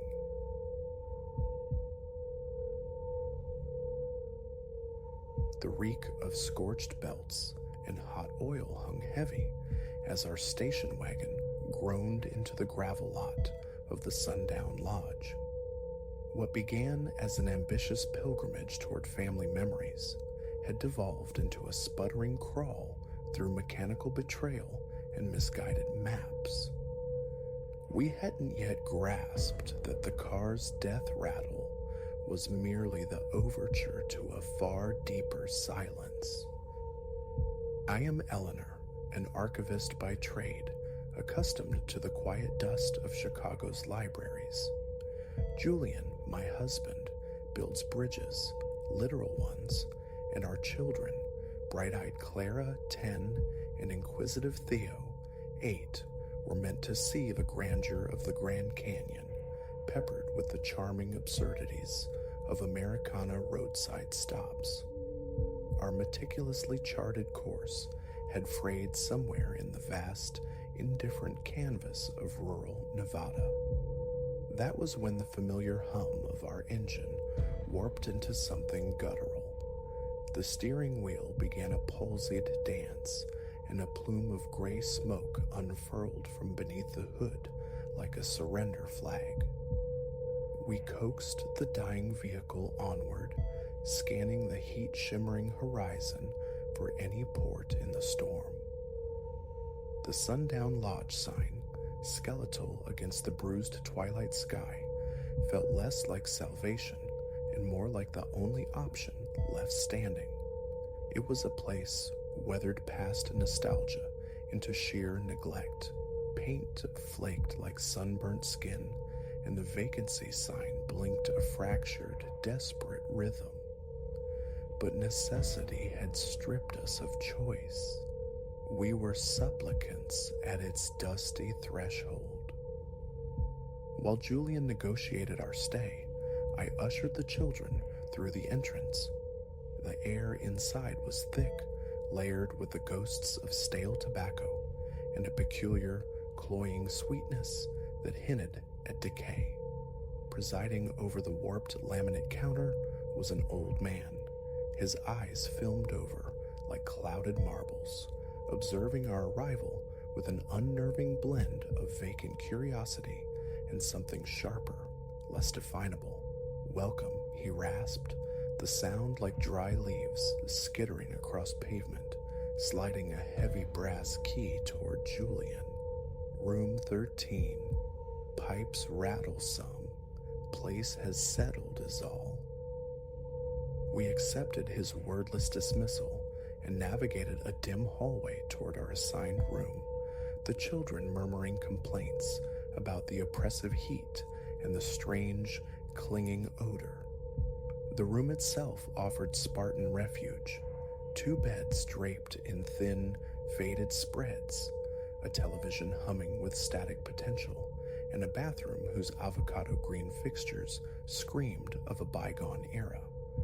Julian's call to a mechanic yielded only the promise of morning assistance, miles and hours away. We resigned ourselves to the night, attempting normalcy. I spun tales for Clara and Theo, while Julian wrestled with the television, coaxing flickering images from its 5 reluctant channels. It was deep into the night, perhaps past the witching hour, when the first sound intruded, a dull thud from the adjacent room, then a scraping, heavy and deliberate. It sounded unnervingly like furniture being dragged across a bare floor, an absurd activity for this dead hour. Julian's breathing was a steady rhythm beside me, The children were lost in sleep's oblivion. I strained my ears, trying to dismiss it, but the noises persisted, growing bolder. A resolve hardening within me, I reached for the phone to alert the front desk. The line was utterly dead. A surge of frustration propelled me out of bed. Shrouding myself in a thin robe, I slipped outside. The desert night air was startlingly cool, a stark, clean contrast to the room's stagnant warmth. As I moved towards the darkened office building, an unsettling emptiness registered. Ours was the only vehicle in the sprawling lot, looking abandoned beneath the stuttering pulse of a lone security light. The office windows were black mirrors reflecting nothing. My knocks echoed unanswered in the vast silence. A coldness unrelated to the night air traced its way down my spine. An undeniable wrongness settled over the place. Hurrying back, a primal urgency quickening my steps, I found our door resistant. The key turned in the lock, but the panel wouldn't yield, met by a solid, ungiving force from within. Panic constricted my throat. I hammered on the wood, my voice tight with fear, calling Julian's name. Abruptly, the door swung inward, and I stumbled across the threshold. It wasn't Julian who stood aside. It was Silas, the old man from the desk. "Hold on there," he murmured, his voice unnervingly placid, almost gentle. "Can't have you disturbing the proceedings now, can we?" A cry tried to tear itself from my lungs, but a rough hand clamped firmly over my mouth from behind. I fought, a wild, thrashing desperation against unyielding strength. As my vision swam and then cleared in the dim light filtering from the bathroom, the true horror crystallized. Julian, Clara, Theo, bound with coarse rope, gagged, huddled together on the far bed. Their eyes, wide and reflecting stark terror, were fixed on me. Silas offered a low chuckle, a sound that vibrated with chilling amusement. "Seems you folks chose poorly for a breakdown," he rasped. "No matter. You'll be part of the gathering soon enough." The hours that followed bled into a seamless nightmare. Others materialized from the shadows, silent figures with watchful eyes, the purported residents of this phantom town. Whispers circulated of ancient pacts, of a thirsting entity dwelling beneath the sands, demanding appeasement through sacrifice. We were the offering. They let us out, stumbling under the cold indifference of the stars, into the deeper desert, towards a hidden cavern. Its entrance gaped like a wound in the earth. Inside, the air was damp and close. Strange, unsettling glyphs adorned the rock walls, seeming to pulse faintly in the flickering torchlight. At the cavern's heart stood a crude altar of stone, stained dark with history. As they began their preparations, their low chants weaving a terrifying harmony, my mind raced, clawing for an escape. It was Clara, small and underestimated, who provided the spark. Having worked one hand miraculously free from her bonds, she seized a moment of distraction, snatching a wickedly curved ceremonial blade from a nearby captor. Chaos erupted. In the ensuing confusion, the raw instinct for survival took over. We broke free, scrambling, clawing our way out of the cavern and into the vast, disorienting blackness of the desert night. Behind us, enraged shouts and the thudding of pursuing feet. Sand gave way beneath our frantic steps. the frigid air searing our lungs, but terror was a potent fuel. How long we ran, I cannot say. Time lost meaning, stretching into an eternity of desperate flight. The desert unfurled around us, a monotonous landscape offering no landmarks, feeding the fear that we were merely running in circles, trapped in its immense, empty heart. Then, like a hallucination, a cluster of lights shimmered on the horizon. A truck stop, a fragile outpost of the world we knew. We burst through its glass doors, gasping, disheveled, terrifying the handful of late-night truckers nursing coffees within. Between ragged breaths, the disjointed story tumbled out. The flashing lights of state trooper vehicles soon sliced through the pre-dawn gloom, followed by the quiet authority of federal agents. They descended upon the sundown lodge, only to find it utterly deserted. No Silas, no silent townsfolk, nothing but dust motes dancing in the shafts of early light. The cavern, when finally located, yielded only the cold stone altar and the cryptic symbols etched into its walls. It was as if the entire episode, the town itself, had evaporated like a mirage under the morning sun. In the ensuing days and weeks, swallowed by the sterile process of statements and psychological evaluations, we learned fragments of local lore, whispers passed down through generations about this desolate stretch of highway, tales of travelers vanishing without a trace, of a spectral town that materialized and faded with the heat haze, stories easily dismissed as folklore until now. The official investigation remains open, a file gathering dust, the leads dissolving into the desert sands. Sometimes, in the quiet hours, I grapple with the possibility. Could the heat, the stress, the breakdown have triggered some collective delusion? A shared fever dream born of desperation? But then I glimpse the shadow that lingers in Clara's and Theo's eyes, feel the phantom burn of rope on my own wrists, and the chilling certainty returns. It was real. We no longer seek adventure on open roads.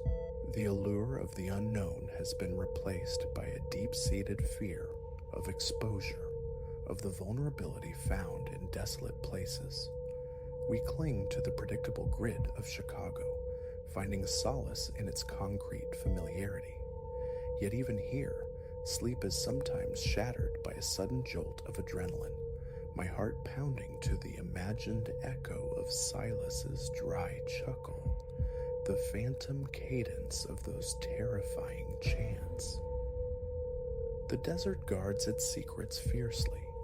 Whatever darkness stirred in that forgotten corner of Nevada remains, patient perhaps, waiting for the next engine to fail, the next weary traveler to seek refuge at the wrong time, in the wrong place. So should your journey ever lead you down that lonely highway, and a sign for the sundown lodge beckons from the twilight, drive on. Resist the siren call of rest. Ignore the protests of your vehicle. Keep driving, because some doors are best left unopened, some secrets meant to remain buried beneath the indifferent sand. Our family survived, but survival came at a cost.